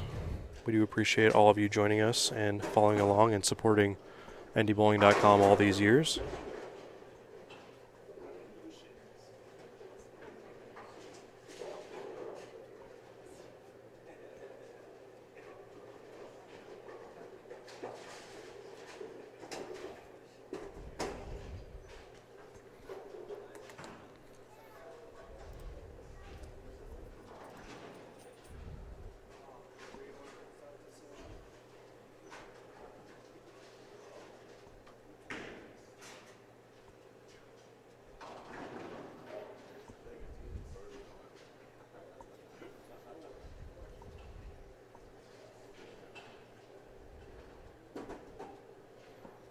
And Jerome, thank you for joining us in the chat room. I do appreciate you watching. Yeah, some really good bowling on a very demanding pattern. That 247 for Matt was one of the highest I've seen all weekend. A very demanding oil pattern out here, a 1.6 to 1 ratio 39-foot pattern that was used at the Masters last season.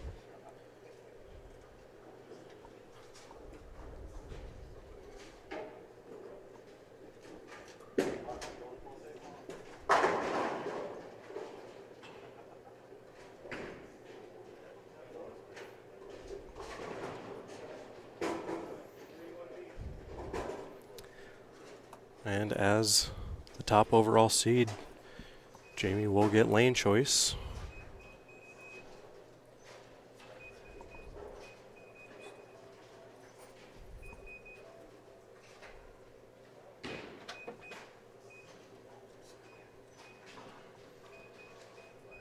And Jamie has elected to start on the right lane, so Matt will kick us off on lane 11.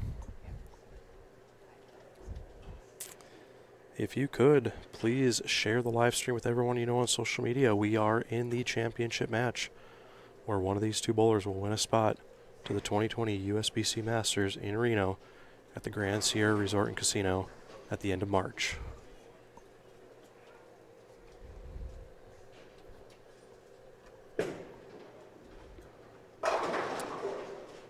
And that one hooked up on Matt. I don't think he threw that one exactly how he wanted to. Kind of short-armed it, but fortunate enough to leave the 5.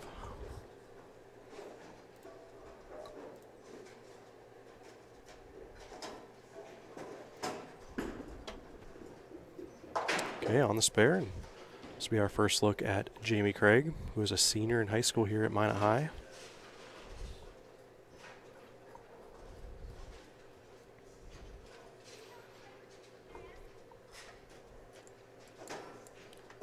He will be attending a college to bowl next fall. I do believe he's got a college picked out, but we will not announce any of that. That is up to him.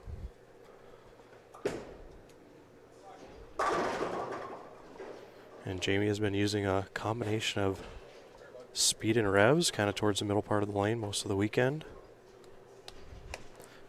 Tad Schmidt, thanks for joining us. I do appreciate you coming out and bowling yesterday as well. And I look forward to bowling state team with you here in a month. Always a big supporter of NDBowling.com, and I do appreciate you. Jamie Craig on the spare.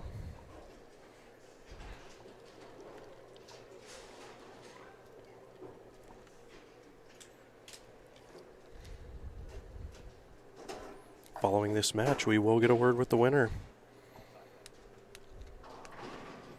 And also keep in mind, if one of these bowlers does decide to refuse the USBC Masters entry prize, it will go to the next eligible bowler. That prize does not carry any cash value, so we will be sending a bowler to the Masters. And we will get their intentions following this match.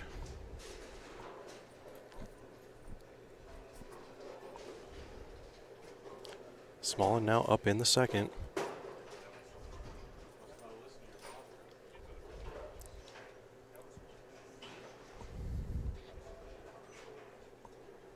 It's a little wide and hooked up but a little late. Every time you see that ball come in late to the pocket, you're likely going to leave the corner. But I'd be okay leaving a corner on this pattern. Leave yourself something makeable. Okay, on the spare.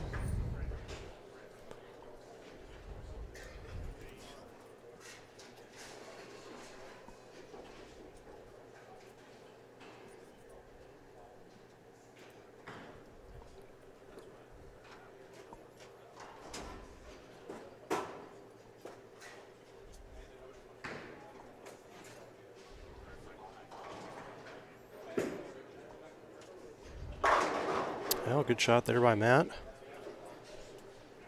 Was able to kick out the 9-pin.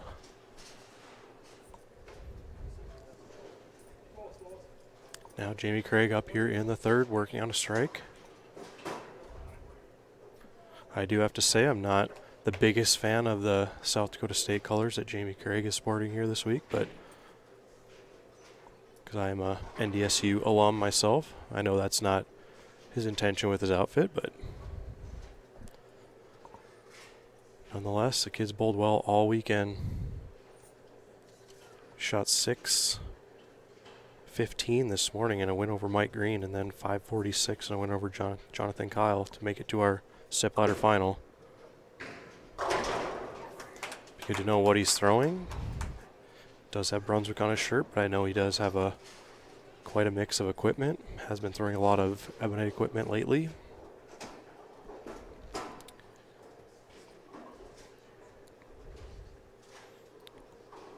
Thought maybe I saw a Quantum logo on that ball, but I'm not sure. Can't see the scores. I do appreciate that. I didn't have the scores on the board. There you go. And that's why you guys are here.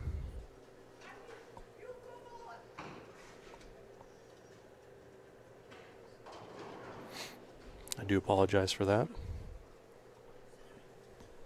So I'm paying attention too much to the game. Good shot there. Yeah, early three-bagger for Jamie Craig. Scores are now live. Don't worry, I'm a rookie at this.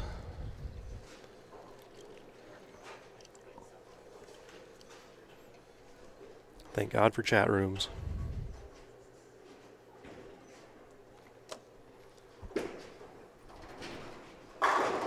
Big shot for Matt to keep pace.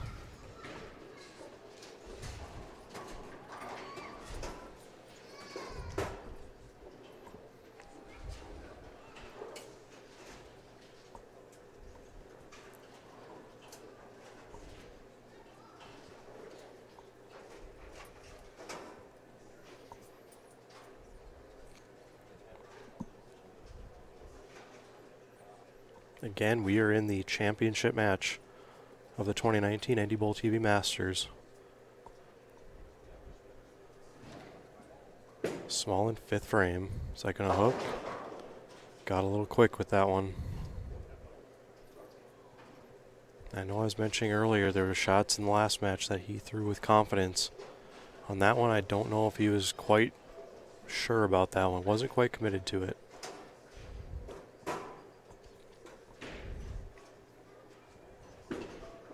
Gonna give the spare a go. Good split conversion there. Well, I guess it's not considered technically a split, but good conversion nonetheless.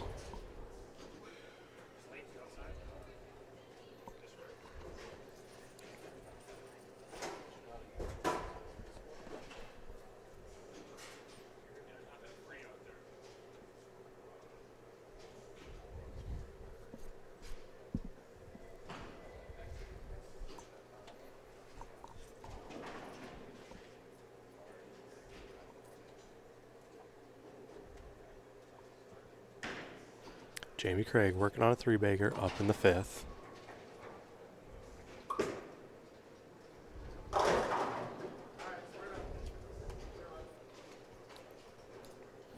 Good ball, just didn't quite read the lane like he wanted to. This is one of those spares that a lot of players had to take a second to think about, and you can see Jamie taking a second to figure out what ball he's going to throw at it, because you almost have to hook at this one. But the middle is so unpredictable. He's going to hook at it, and that's why that spare is so hard, because you want to give it room. But if you give it too much room, it's not going to hook at all. A lot of players were throwing straight balls at spares all week, but when you leave the sleeper, adds a whole nother element. And in the middle of this lane, it's so unpredictable.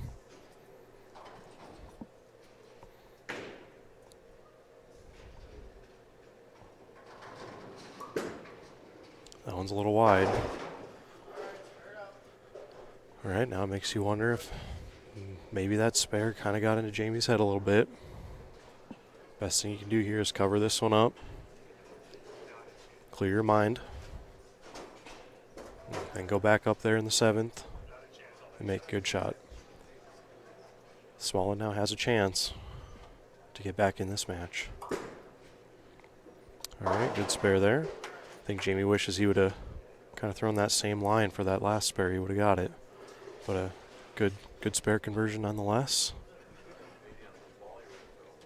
Matt Smallen now has an opportunity here.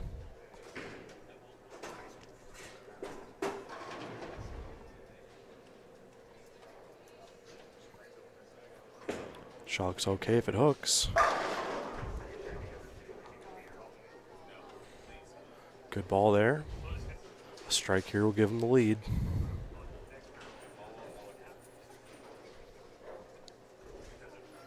Now remember the last time he was on this lane, didn't quite commit to the shot. We'll see if he can commit here, throw it with confidence, and the ball reaction will show.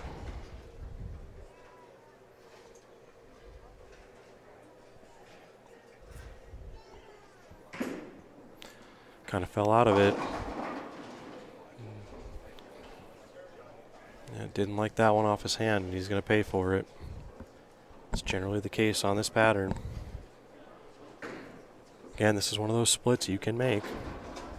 Ball back in Jamie Craig's court.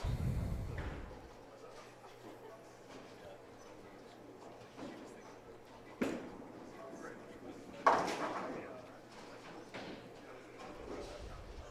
right, a little back and forth match here.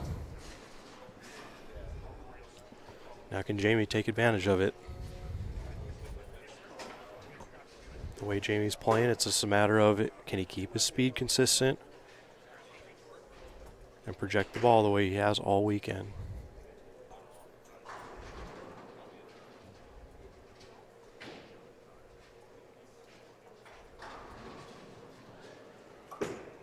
Shot looks okay.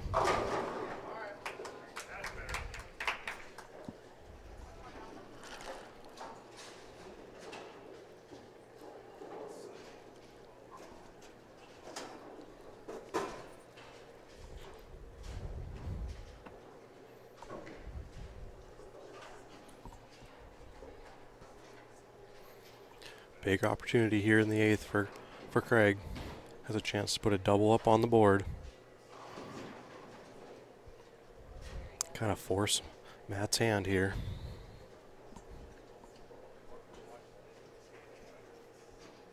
Big shot. It's okay. A little quick, doesn't trip the 2-pin, but a makeable spare nonetheless. That 8-pin is not back there, so makes this spare a lot easier.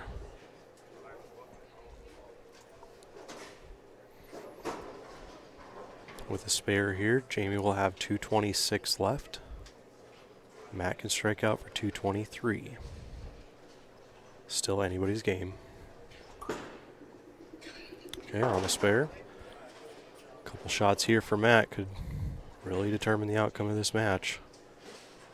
Throw a double up on the board, and regardless, Jamie can step up and win this match if he strikes out the 9th and the 10th.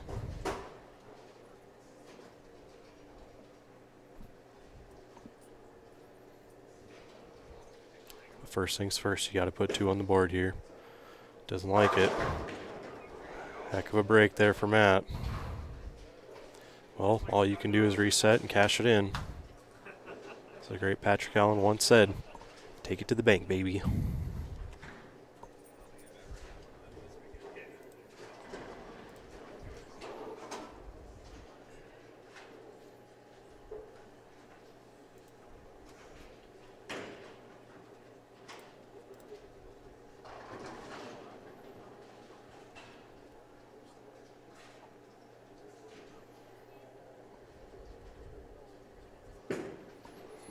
Big shot.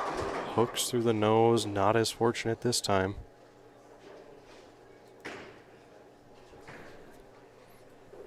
Well, with the spare, that leaves 203 left on the board for Matt. If Jamie goes up there and goes spare, depending on his count, he can shut Matt out here. So Jamie's got to fill frames with good count, and he's going to walk away with a spot at the 2020 USBC Masters.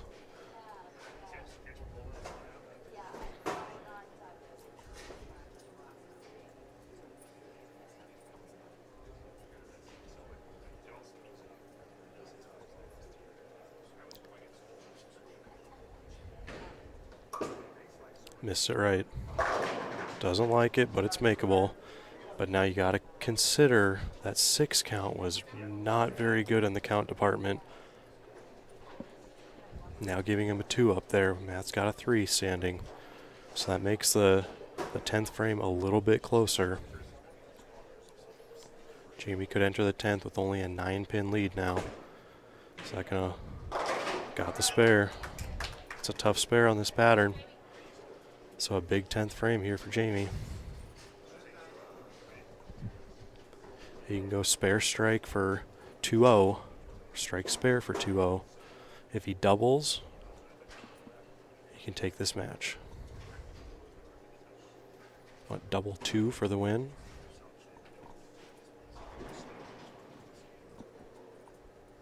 That one looks like unfortunate break there to leave the 7.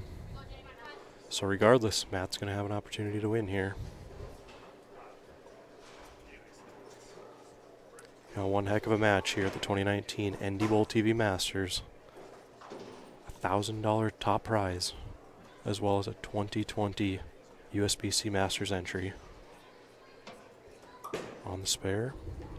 All right, now this shot's also pretty big, because anything less than 10 gives Matt a little more room with what he can do in the 10th frame.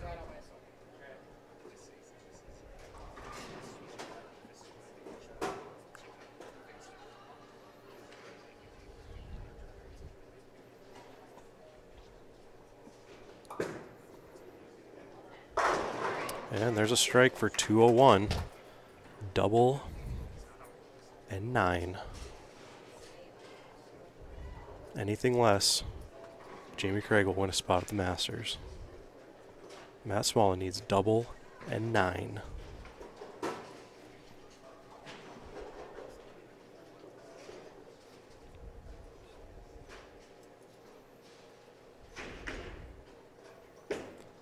Will it hook? It's one. It's one thing I've known Matt for years, and the one thing he's got to do is stay in the moment. Big shot here, and then that 9 after this is no guarantee as well, so stay in the moment regardless of what happens here. Thank you for joining us from Texas. Do appreciate you tuning in. If you haven't already, please hit that subscribe button. Strike 9 and Matt will win. It's gotta have it. Gotta have it. Still needs 9. What a pressure-packed shot for Matt. Still needs 9. 8, we have a tie.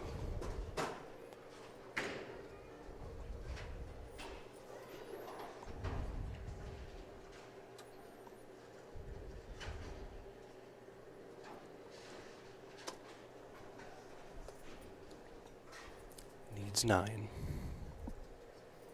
It's dead silent in here. 9 for the win. He's got it. And Matt Smallen will take home the 2019 NDBowlTV Masters. And what a performance for Jamie Craig. Unbelievable match. And you've seen it here first.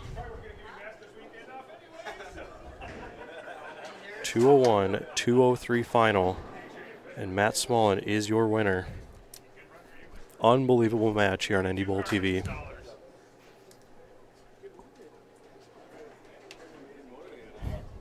Unbelievable match, and you saw it here first on NDBowlTV. And we will get a word with our champion here shortly.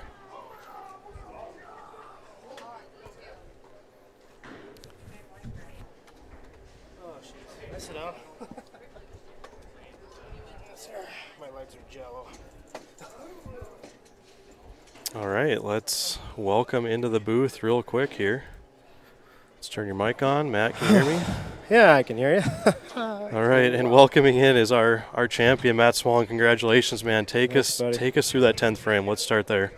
Okay, well, the big adjustment that made me able to score on this in this step ladder, I think during that practice session, if you notice, most of the balls went, a lot of them in the same area, so that it actually made the lanes a little bit nicer and gave me a little bit of tug that wasn't there.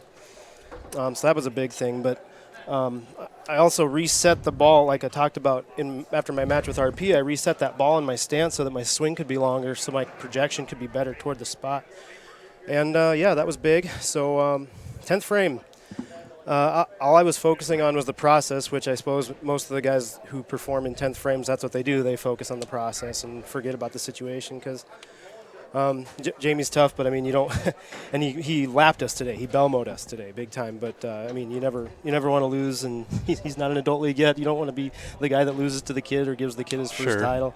Even a kid as good as Jamie is on something. You know, obviously, like I said, he lapped us today. Yep.